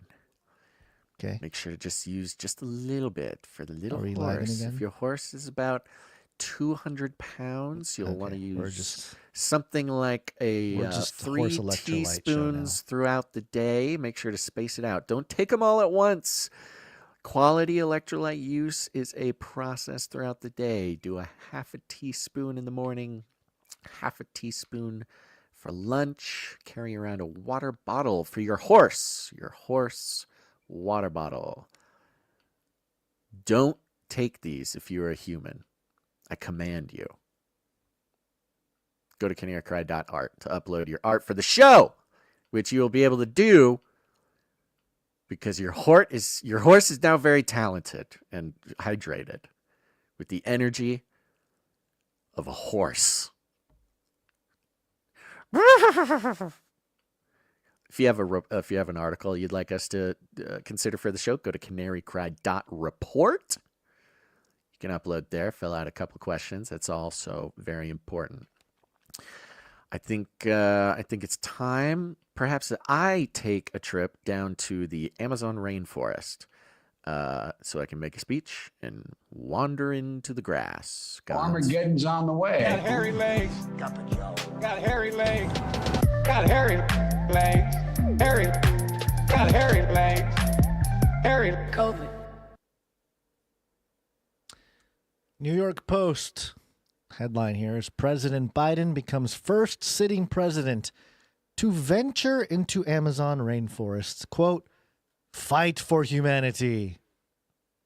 I don't know Fight about all for humanity. Watch out for that tree, Joe of the jungle. Nice. President Biden walked into the jungle Sunday, becoming the first sitting commander-in-chief to set foot in the Amazon rainforest as he pledged to fight for humanity and looked to cement his legacy on climate. He's not going to fight for anybody. He's going to go to bed. Following an aerial tour of the tropical expanse aboard Marine One, Biden was transported to the Museo de Amazonia and ventured That's a weird way to put it, no? Transported? Yeah. Biden was weird. Transported? It's Yeah. like you He's transport He's an a object. piece of flesh. Yeah. He's a ball of meat that You just don't got s- transported to Yeah, to the you Amazon. don't. Oh, we transported Joe Biden to the. No, you transported a care package or perhaps a bulldozer. He traveled. Or Usually he some travels. sort of People travel, logging yes. equipment. Yeah. Joe Biden went to the jungle. Yeah. No, he was transported. Clearly, He was doesn't know what's going on. transported. And ventured into the nature preserve on foot. Can Oh. you believe it? He's Where so he's- spry. He's so nimble. Where he spoke, underscoring the importance of conserving the rainforest. Quote, the most powerful solutions to fight climate change is all around us. The world's forests. End quote. Biden, dressed in a blue button-down shirt and boots, proclaimed at a podium. See, that's where they missed an Sign on opportunity. dirt path in the lush forest setting. That is where they missed an opportunity. They just have him in like a blue. Can you scroll down, put his outfit on? He's just wearing a blue shirt, like a hiking Dark shirt. blue shirt, yeah. Like a Eddie Bauer. It's like a Eddie Bauer hiking shirt, the kind that has two giant pockets on the breast. It's baggy because it's hot. It's breathable. Great shirt. Love the shirt. And he's got some blue khakis on or whatever, or sorry, blue slacks. They should have put him in full, like, safari, like Amazonian. British Empire. British Empire, yeah. You know, like the big Conquistador. poofy pants, the knee-high black boots, the helmet, like the tan Like a helmet, true- mosquito net, holding a gun, mustache for some reason. They give him a big, like they really miss an Stack opportunity. full of smallpox on 'Cause blankets. Here's the thing. God, it's too far. Oh. Here's the thing. Trump created, I think, around, maybe more, but around 4 timeless, historic images in his campaign. Yeah. You had the garbage truck. You had Garbage the truck, assassination, obviously. assassination, Fight. fist in the air, yeah, You yeah. got that. You know, the McDonald's was another one. You Right, had a yeah. few of these. Joe Biden does not have a single No, memorable. he's got tripping on sandbag. He's got falling That's off a his good point. bike. He does have some clips. He has Sitting on the clips. beach, tanning on the beach. He's got some good ones. It's They not needed to campaign reinforce. related. Yeah, they Yeah. needed to create an opportunity to reinforce that he is capable. He's going to the jungle. Give him a gun. Give him the knee-high boots. If he's walking, and of course, it's hilarious. The clip shows him saying, "Thank you very much," and he turns around and just walks. Oh, yeah, into I didn't the even jungle. play the. I didn't That's even- the great let's- part. I can't let's believe we play. haven't done that. But Yeah, imagine let's this play. when you watch it. Imagine he's holding a gun, like an elephant rifle, and has a sort of safari this hat C-SPAN? on. I think I got the wrong one because the C-SPAN one doesn't do a good job because it cuts No, off that's the angle. one with the guy's head in the way. C-SPAN. Thank you, C-SPAN. There's 2 angles of this. C-SPAN, a man, the second Biden stops talking, a man just stands up. You just look at the back of this Completely guy's blocks head the the image, entire yeah. time. Yeah. So they're in the Amazon. So you'll hear some. I don't know. Are those shakers or something? Instead of clapping, they're ringing Yes, those there's shakers. rattles. I'm The assuming rattles, some yeah. sort of indigenous applause. So here's Joe wandering off into the jungle. There's no Goo goo sound. gaga, goo goo gaga. There's no The sound on baby this one. rattle. Interesting. I'm getting sound. You're getting sound. I'm not getting Yeah. any sound. Weird. I'm getting sound. It looks good. Looks good. Sounds good. There he goes. He just turns around, walks into the forest. There you go. Yep. Just disappears into the jungle. Ooh. You think he did ayahuasca? He probably did ayahuasca. That's the other option. You can take him out of the colonizer clothing and then put him in like a wool, like a poncho, like go full native. Give him a headdress.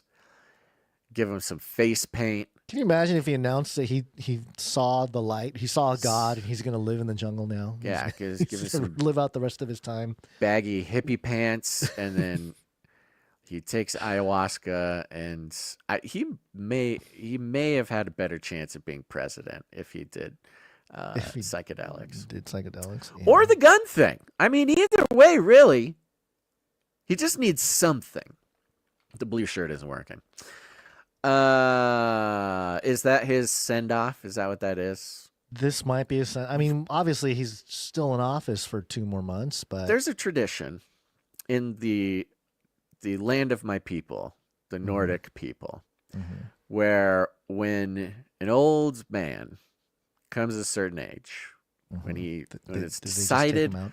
when he decides that he's no longer helpful, he can't pillage anymore, or whatever, he does the noble thing, and he goes up on top of a very high mountain, and he jumps off of it. I'm not suggesting that Joe do this. I am making a cultural observation that throughout human history, it is not unheard of that the self-awareness of the experienced, mature human, kind of like when a cat gets sick.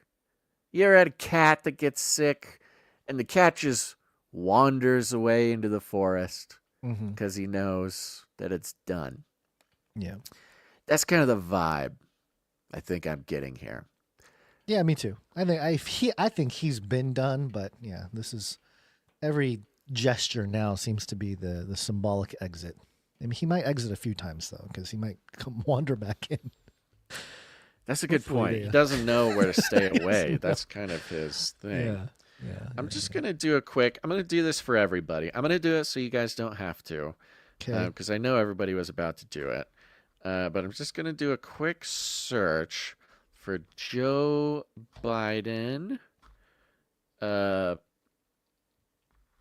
in safari outfit. Because he's an old school politician. You think If he's you done don't it think before? Joe Biden has ever gotten the opportunity to go hunt on the safari, I think we'd be kidding ourselves. So I'm just Yeah, going to but do is a it quick, documented? very. But see, back in the day, back in like the 50s, when he was a ripe old age of 7,000 years old. Nope, nothing's coming up. Nobody's even photoshopped something. Okay, I'm pretty well, sure all right, Joe Biden cool. has never left the United States, other than going to Ukraine to threaten them. Maybe that. But, This was his vacation. He used his vacation time to go to the Amazon, fight for thought humanity. it was a perfect photo op. All right. Yeah, All right, I don't everybody. know, I'm not seeing anything. Thanks for tuning in to this episode of Canary Crying News Talk. We appreciate it. What a wacky day. What a It's kinda wacky wacky. day. Yeah. It's a wacky day. Don't worry. If you're new to the show, don't listen to this one. Just skip this one. Go to one of our very serious, hard-hitting episodes. I don't know where to find those, but they're around. They're around. Just poke around, click around. Oh my gosh, Basil. What?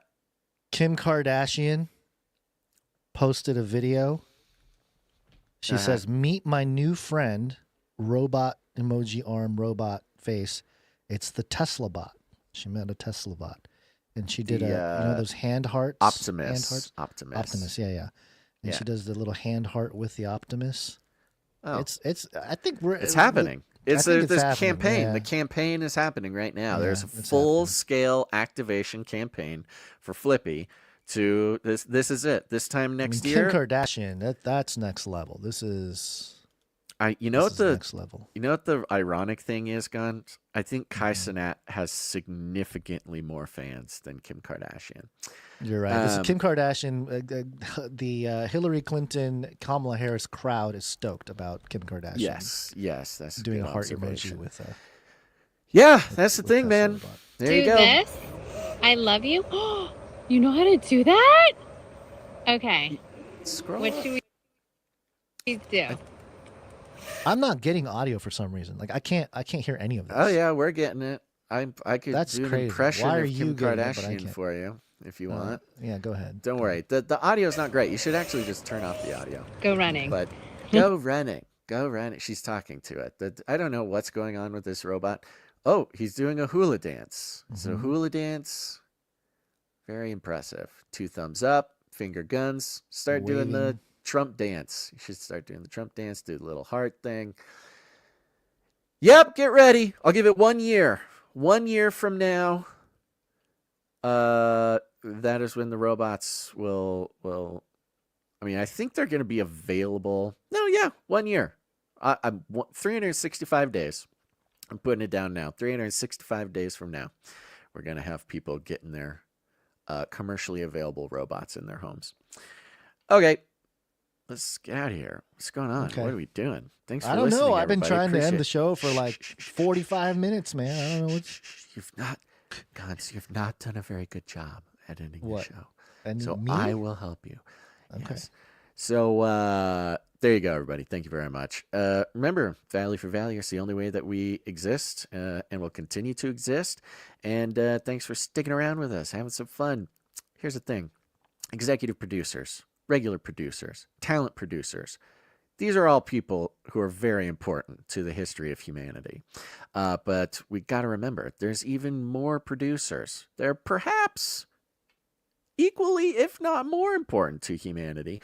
Those are the ones that are helping us out with their time. We'll start with the Clippies. Clippy. Clipping all those videos. Thanks. Yep, they're clipping the clips. The clippings, the clips are out. Go like the clips. Thank you to Courtney S. Jones and Kristen for clipping out some clips of the video, especially Jones. Yeah. Jones is taking to posting some of those too. Thank you very much. Appreciate it. Thank you to the timestampers. Timestamp, it's hard work. Timestamp. Timestamps, the timestamp the show, they do it live. It's excellent. We need more timestampers. Somebody answer the call is very easy. It's very easy to do, especially if you watch at least one live episode a week. But even less than that, it's a very casual commitment. But you'll be helping out our current timestampers. Who did the timestamps for last episode? Jade Bouncerson. She's been on a streak of doing them, so yeah. Jade Bouncerson, the champ. Thank you very much. Email us at canarycryradio@gmail.com if you want to help us out. Please do. Yep. Thank you to Sentinel for keeping the Telegram in order. Thank you to Adam for 42 for the disc links. Thank you to Clank for everything that you do, Clankinifius. Thank you to everybody who's coming in live. Remember, share the show. If you don't do anything, share the show. Share it with your friends. Share it with your family. It's very important. You can do it in, make up your own way to do it. Definitely post it on social media. Definitely like it. Definitely print it out on parchment paper. Put it into a bottle and throw that bottle into the ocean. But you could do it, perhaps get in a fight with Mike Tyson. And when they question why you made such a silly move, you say it's because I'm so hopped up on horse electrolytes. I thought I could take them. And then, of course, plug the show after that. Whatever you do, just follow your heart. We like to call it rattling cages. All you got to do is walk right up to him, grab him by the cage, then you shake it. The end of the world occurred pretty much as we had predicted. I want to shake things up, stir up some controversy, rattle a few cages. Hey, stop that! You'll never silence me. I'm the last angry man, a crusader for the little guy. Leave the bird alone. Never. Rattle a few cages. Rattle a few cages. The human race will have every opportunity to improve. And if they don't? Ask Noah. That's right. Just ask Noah. Gons, you got any last words? Thank you for being here. Appreciate all of you. We will see you Wednesday. Oh, there is a Burning Man episode about to publish. I may publish it tonight. I don't know. What do you think, Basil? Should I just do it right after this? It's supposed to be published. Whenever you want, bro. Whenever you want. I'm late to fulfilling my assignment. It was supposed to be published 2 days ago. Whenever you want it. It's okay. There's just too much. I can't do it all. There's too much. There's too many things. Yeah, sure. I get it. But, you know what you should do, Gons, is go sign up for CanaryChristSupplyDrop.com. Get your calendar. The calendar is coming. You're not going to want to miss it. It's the only thing that matters. CanaryChristSupplyDrop.com. You're going to love it. Go. All right, everybody.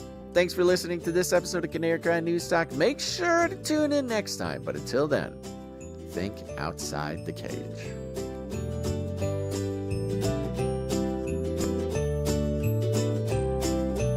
I'll keep you warm and safe in my people's zoo.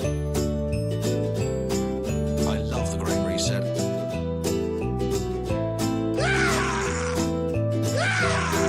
Do not come back, you Nazi psychopaths.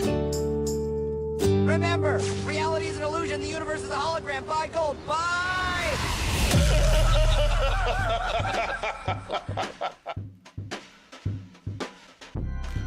Deconstruction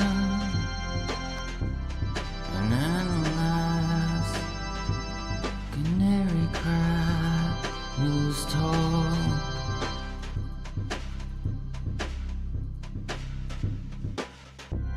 Exposing the lies. Let the glory of Christ shine. With no place to hide.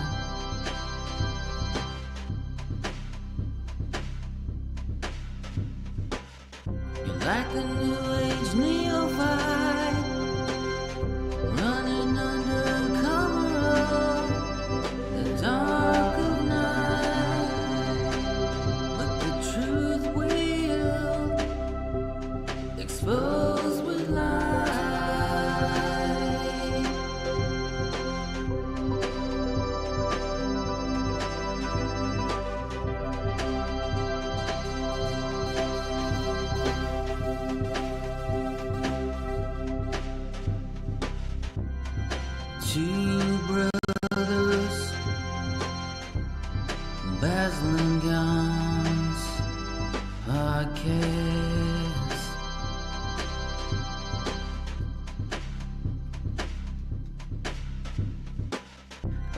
stupid news reporting.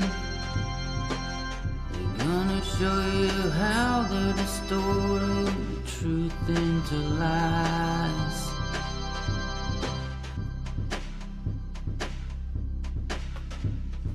You're like the new age neophyte, running under cover of the dark of night. But the truth will expose with light.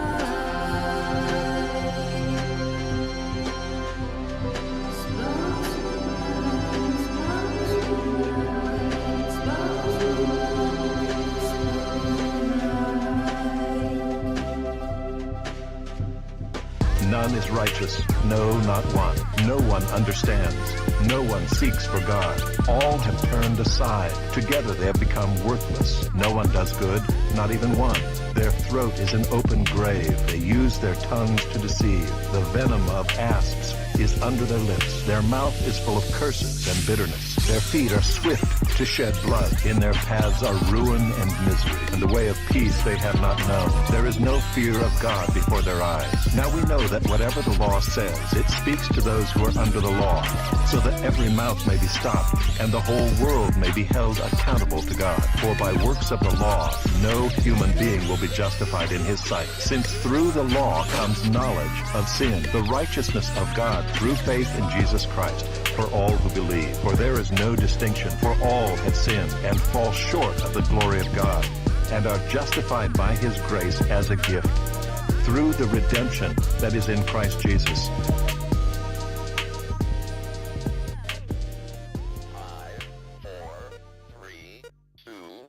There were many, who would have been outside Freemasonry and just sort of in Enlightenment discourse that would have looked at America as the new Atlantis.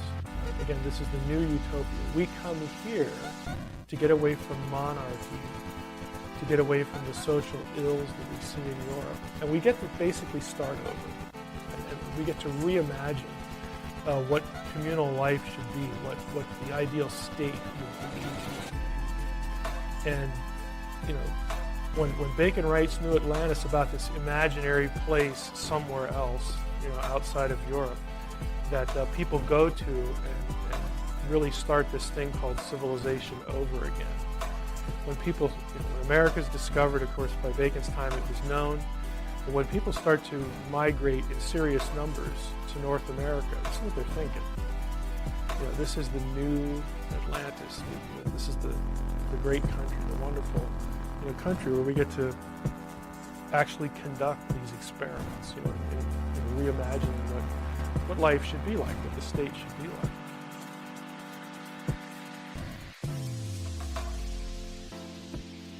An imaginary world where social justice is achieved, whatever that means.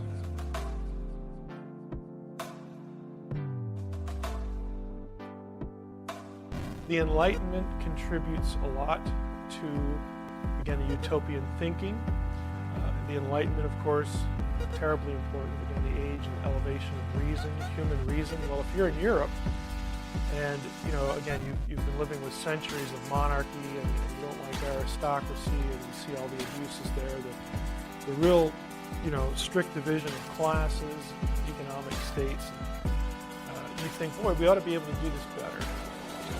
That we ought to be able to think for ourselves, and we ought to have checks and balances in our government. We ought to have power divided among many. And all these political ideas we're familiar with that actually are sort of launched in the Enlightenment. Well, they launch movements. Of course, we have the American Revolution, which I have listed second, but chronologically it preceded the French Revolution. The American Revolution was, a violent revolution, but as far as the transition of power and the establishment of power within the community, we had peaceful transitions from presidency to presidency, and so on and so forth. This is why after Washington left office, people were really nervous. Is this actually going to work?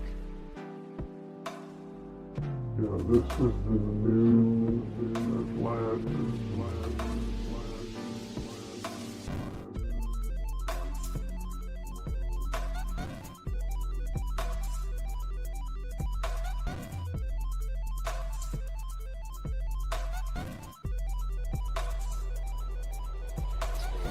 this actually gonna work?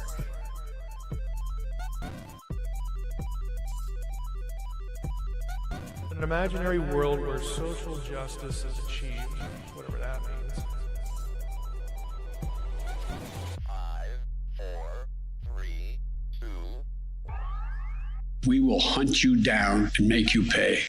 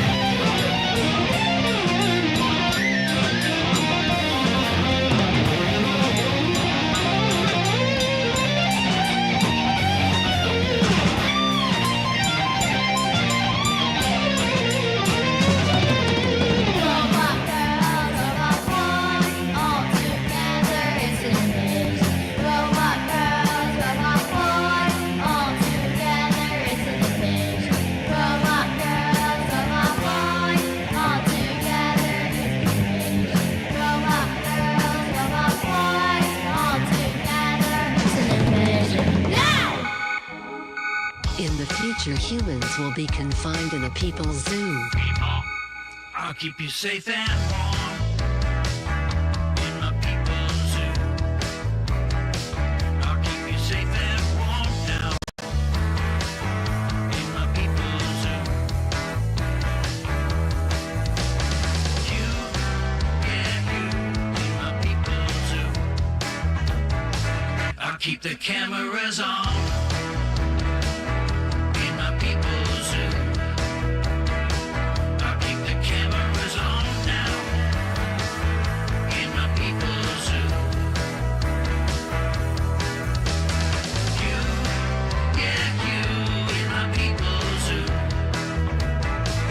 Give me a break.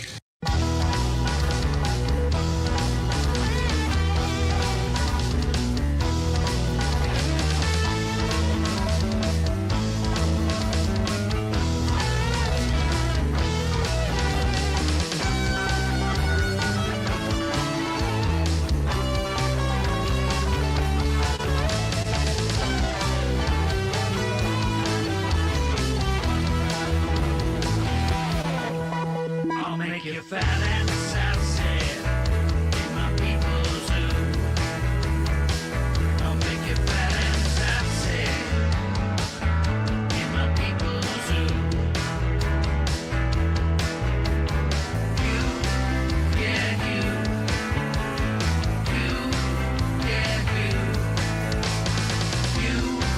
yeah, you in my people's zoo. We will hunt you down and make you pay. Value for value. We take no money from corporations, commies, or cartels.